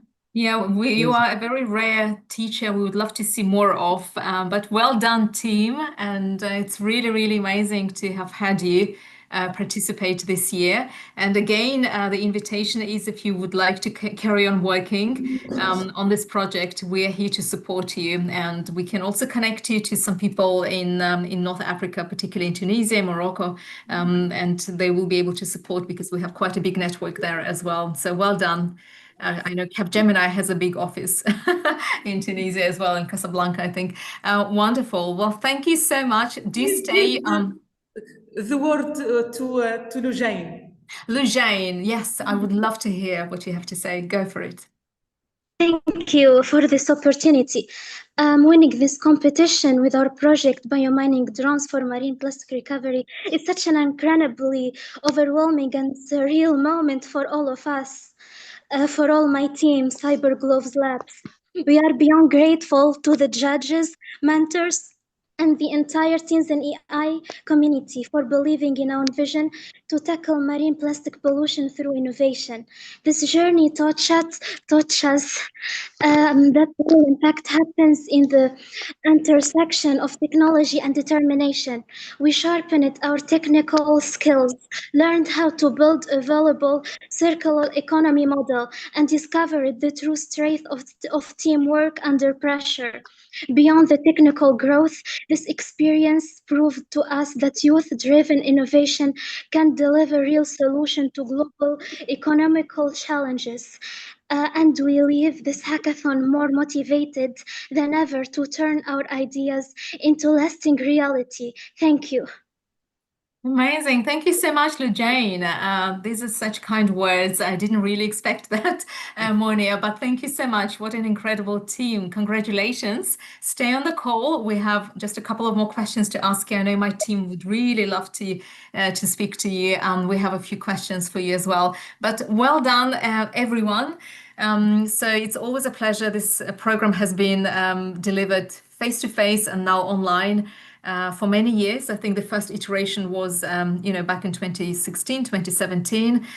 We have one final talk, and that is by Marion. She's our closing keynoter today. Marion, if you're ready, we would love to hear from you. And then the winning team, do stay on the call afterwards, please. Marion, if you're ready. Excellent. I am. And it's just so great to be part of this. As we come to the end of today's AI4Good Incubator, I would like to start by saying thank you. Thank you to the organizers, the mentors, the judges, the teachers, the parents, the supporters, everyone who's invested their time, energy, and expertise into making this program possible. But more importantly, thank you to every single participant here today. We were blown away as judges. I have a team of 180 people across 16 countries, and quite a number of them are not capable of some of the feats that you guys have turned around in 5 days. So absolutely brilliant. Over the course of this incubator, you have demonstrated something truly remarkable. You've learned about artificial intelligence, but you've then taken that knowledge and applied it to real world challenges. You've worked together, shared ideas, solved problems, built solutions. And then the scary bit for me, you've presented your innovations with passion and confidence. It is exceedingly difficult to, stand in front of a room of anybody and present. And at your age, it is something that every single one of you should be incredibly proud of. Today, we've seen projects that tackle issues that matter, projects inspired by some of the biggest challenges facing our world today, from climate change to environmental sustainability to protecting communities and creating a better future for generations to come. It's a little overwhelming when you look at these problems in the context of what we had. The scale of those challenges is absolutely enormous. Rising temperatures, extreme weather events, pressure on natural resources, the need to be more sustainable can make us wonder, how are we going to get through this? Yet, what you guys have shown me today has given me hope and inspiration. Every single project presented here demonstrates that the next generation is not waiting for someone else to solve their problems. You're already taking actions. I was also fortunate enough to be one of the semi-final judges, so I have seen even more projects. And honestly, you guys have made it so difficult to make, those decisions on scoring. You're using your creativity, your curiosity, and your determination to find new ways to make a positive impact. And that is one of the reasons AI has such extraordinary potential. When used responsibly, AI can help us understand complex environmental challenges, identify patterns humans might miss, improve resource efficiency, reduce waste, optimize energy consumption, and accelerate innovation. It makes us better decision makers and enables solutions at scale that was previously exceedingly difficult, if not impossible, in places. There's another important lesson I hope you take away from this experience. AI is powerful, but power alone is not enough. As future innovators, entrepreneurs, scientists, and leaders, you have the opportunities to build technologies that can influence millions of lives. The question is not simply whether you can. We've clearly seen today that you can and you have. The question is whether you should, and ethics has woven its way through all the discussions today. You need to consider every AI model requires power. Every computation consumes energy. Every technology advance has a cost. AI has become more capable, but we must think carefully about its benefits and its impact. How much energy are we consuming? How much infrastructure does it require? How can we use it in a way that creates more value than it costs? And perhaps more importantly, and you guys have definitely taken this one on board, how do we ensure AI serves people and society fairly and ethically? Ethics must be at the heart of innovation. We need AI systems that are transparent, AI systems that are fair, AI systems that respect privacy, AI systems that reduce inequality, and AI systems that help solve environmental challenges without creating new ones. The most successful innovators of the future will not be those who built the largest AI system or write the most sophisticated code. They will be the people who ask the most important questions. And looking at your pitches today, you guys are well down this road. Who benefits? Who might be disadvantaged? What is the problem we're trying to solve? How can we achieve the greatest positive impact with the smallest environmental footprint? Looking at the projects we've seen today and some of the ones we saw in the semi-final, I am confident that you are already thinking this way. You guys have shown technical talent, you've shown creativity, you've shown resilience, but perhaps most importantly, you've shown empathy. You've chosen to focus your skills on the problems that matter, problems bigger than yourselves. This, by the way, is what leadership looks like. So as you continue your journey, remember, technology does not change the world by itself. People do. Technology is a tool. The impact comes from the choices that you make about how the tool is used. The projects we've seen today might be prototypes, but tomorrow they could be startups. One day they could be the solution that help communities protect our environment and improve lives around the world. Looking at all of the people in this meeting, I am incredibly optimistic about the future. Not because of the technology we've seen, but because of you, the people behind it. The passion you've shown in your pitches, the creativity, the determination, and the genuine desire to make a difference. Thank you for inspiring us. Thank you for giving us hope. And thank you for proving technology can be a force for good when it is guided by the right values.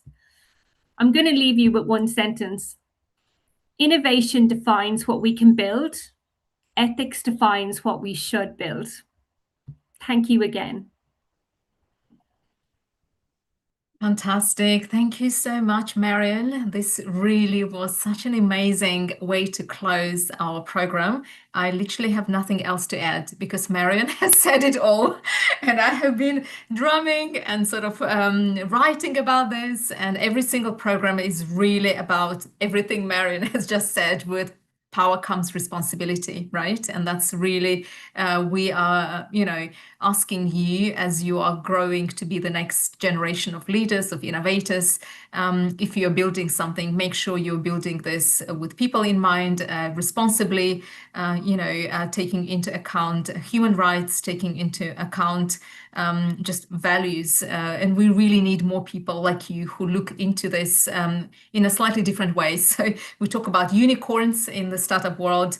I really do hope what we're building here is the generation of those who will be building social unicorns, unicorns with social responsibility in mind, not your typical, open AI, Claude and whatnot, who I don't believe the leadership there is building this with responsibility in mind. I want to see the next generation, you building something, knowing that what you're building is not going to be harmful. What you're building is going to create value, but at the same time, what you're building is something that is built responsibly. There is so much to consider, and as Nell has said, responsibility doesn't come as an afterthought. It has to be woven into your product, and we need to consider this. And unfortunately, we don't speak enough about it. Every single pitch deck I see at Techstars, at Y Combinator, they don't really talk about responsibility because all they care about is profit and commercials. What we care about is sustainability. We care about responsibility. We care about building things differently, building better products, building something that is valuable for the community, for the world.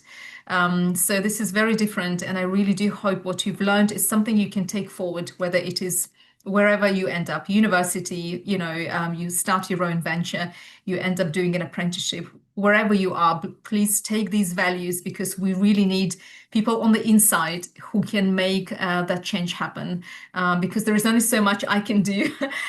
Sort of my work is very sort of external. I work with a lot of teenagers across the world through ambassadors, through teachers, but it's when you become the insiders, this is when change happens. All right. And if you're going to be building that social unicorn, make sure that you consider those values and everything you have been learning in this program. And I don't know whether I will ever meet any one of you. I hope I do. Monia, I definitely plan to come to Tunisia one day, so I would love to meet you in person. And I really would love to come to South Africa one day. Langile, I'm waiting for that invitation to meet you in person. I will be doing that tour one day to meet as many of you as possible. But if I don't, please do connect with me when you're 16 and when it is safe for you to be on LinkedIn. Do please connect with me and let me know how you are doing, because I really love those stories. I love it when you come back to me in some years later to tell me, Elena, I've just exited my first startup, and we've already had this happen. Elena, I'm doing computer science and studying AI and data science with social value. Somebody from Nigeria just came to London and studying at LSE, and the degree she picked is to do with data science for societies, for communities. And I'm like, you could have picked a different module, but she actually really wants to solve for communities, right? So when you are there, please let me know. I really want to hear from each and every one of you. And hopefully everything we taught you makes a difference in some way. But I would like to stay connected with you somehow, somewhere. And Monia, all ambassadors, thank you so much for contributing this year in a different way to what I expected, because we typically run this online, but you've volunteered and we're so brave to join us and execute on this program, face to face in your local locations. Also to all the mentors who joined us online and face to face. We could not have done this without you. As you can tell, the program is growing. It's not easy to manage 200 kids. So without you, we could not have done this. So I'm super grateful to everyone. And the judges today, thank you for all your valuable comments and questions, because we really do need more feedback and the industry being involved with helping us in these programs, because I can't do this myself, and my team of 10, I think there are only there is only so much we can do. We have a very small team, and our ambition is really big. So before I end, I know my team will not forgive me for also mentioning that there is a way for you to get involved in the next few months. And I know there is an upcoming action forum happening in September. If we can find that slide, there is a QR code for you all to join. In September, we're speaking to 2 speakers from Sage, who are sponsoring a big program we're running in Newcastle. So come and talk, come and interact with them, and they will tell you all about how AI is changing the world of work. It's a really exciting talk. We have Matt Howard, MBE, joining us, and Ben as well, very senior leaders from Sage, who will be telling you or giving you some insight as to how the world of work is changing. So this is going to be exciting. Mads actually created a couple of cybersecurity courses for us with her team. So please do check those out as well. And of course, we're going to run another Techathon. And this year, hopefully, Langule and Monia, you will be rejoining us as well. We're expecting more ambassadors. Last year, we reached almost 9,000 children all over the world in 25 locations across the world. This year, the ambition is bigger. So if you are joining us as an ambassador, there is a QR code on the left here. And of course, if you're a young person, a teenager, either watching it live on YouTube or you have participated or thinking about it, join us to participate in a hackathon. We're going to try to bring a hackathon into as many countries as we can. There is only so much we can do. And if there is no hackathon, we will have a virtual opportunity for you to also join and participate. So please do not despair if there is no hackathon happening in your city or country. We will find a way for you to participate. We always do. All right. So 3 opportunities for you there. And of course, don't forget, we have our online platform. If you didn't get a chance to participate, there is so much to learn. We have more than 30 courses for you available. And if you are joining as a member, we still have 5 more days for you to take advantage of the offer. AI Summer 2026, just put that in and that will give you 20% off of what is already quite accessible, but this gives you even more opportunities to join at the end of the summer so that you keep upskilling for the whole year, and then rejoin us again in the summer for this program if climate is your thing, or join us throughout the year in many other programs and opportunities we will have.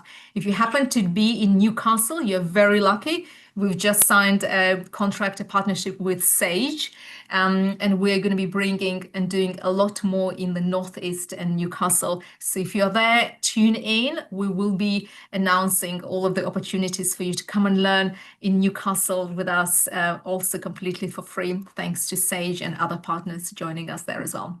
That's it from me. I'm going to go off and enjoy my evening with my family. Oh yes, there is one more slide, and my team is asking me to also share. Apparently, the page for the next year is already open.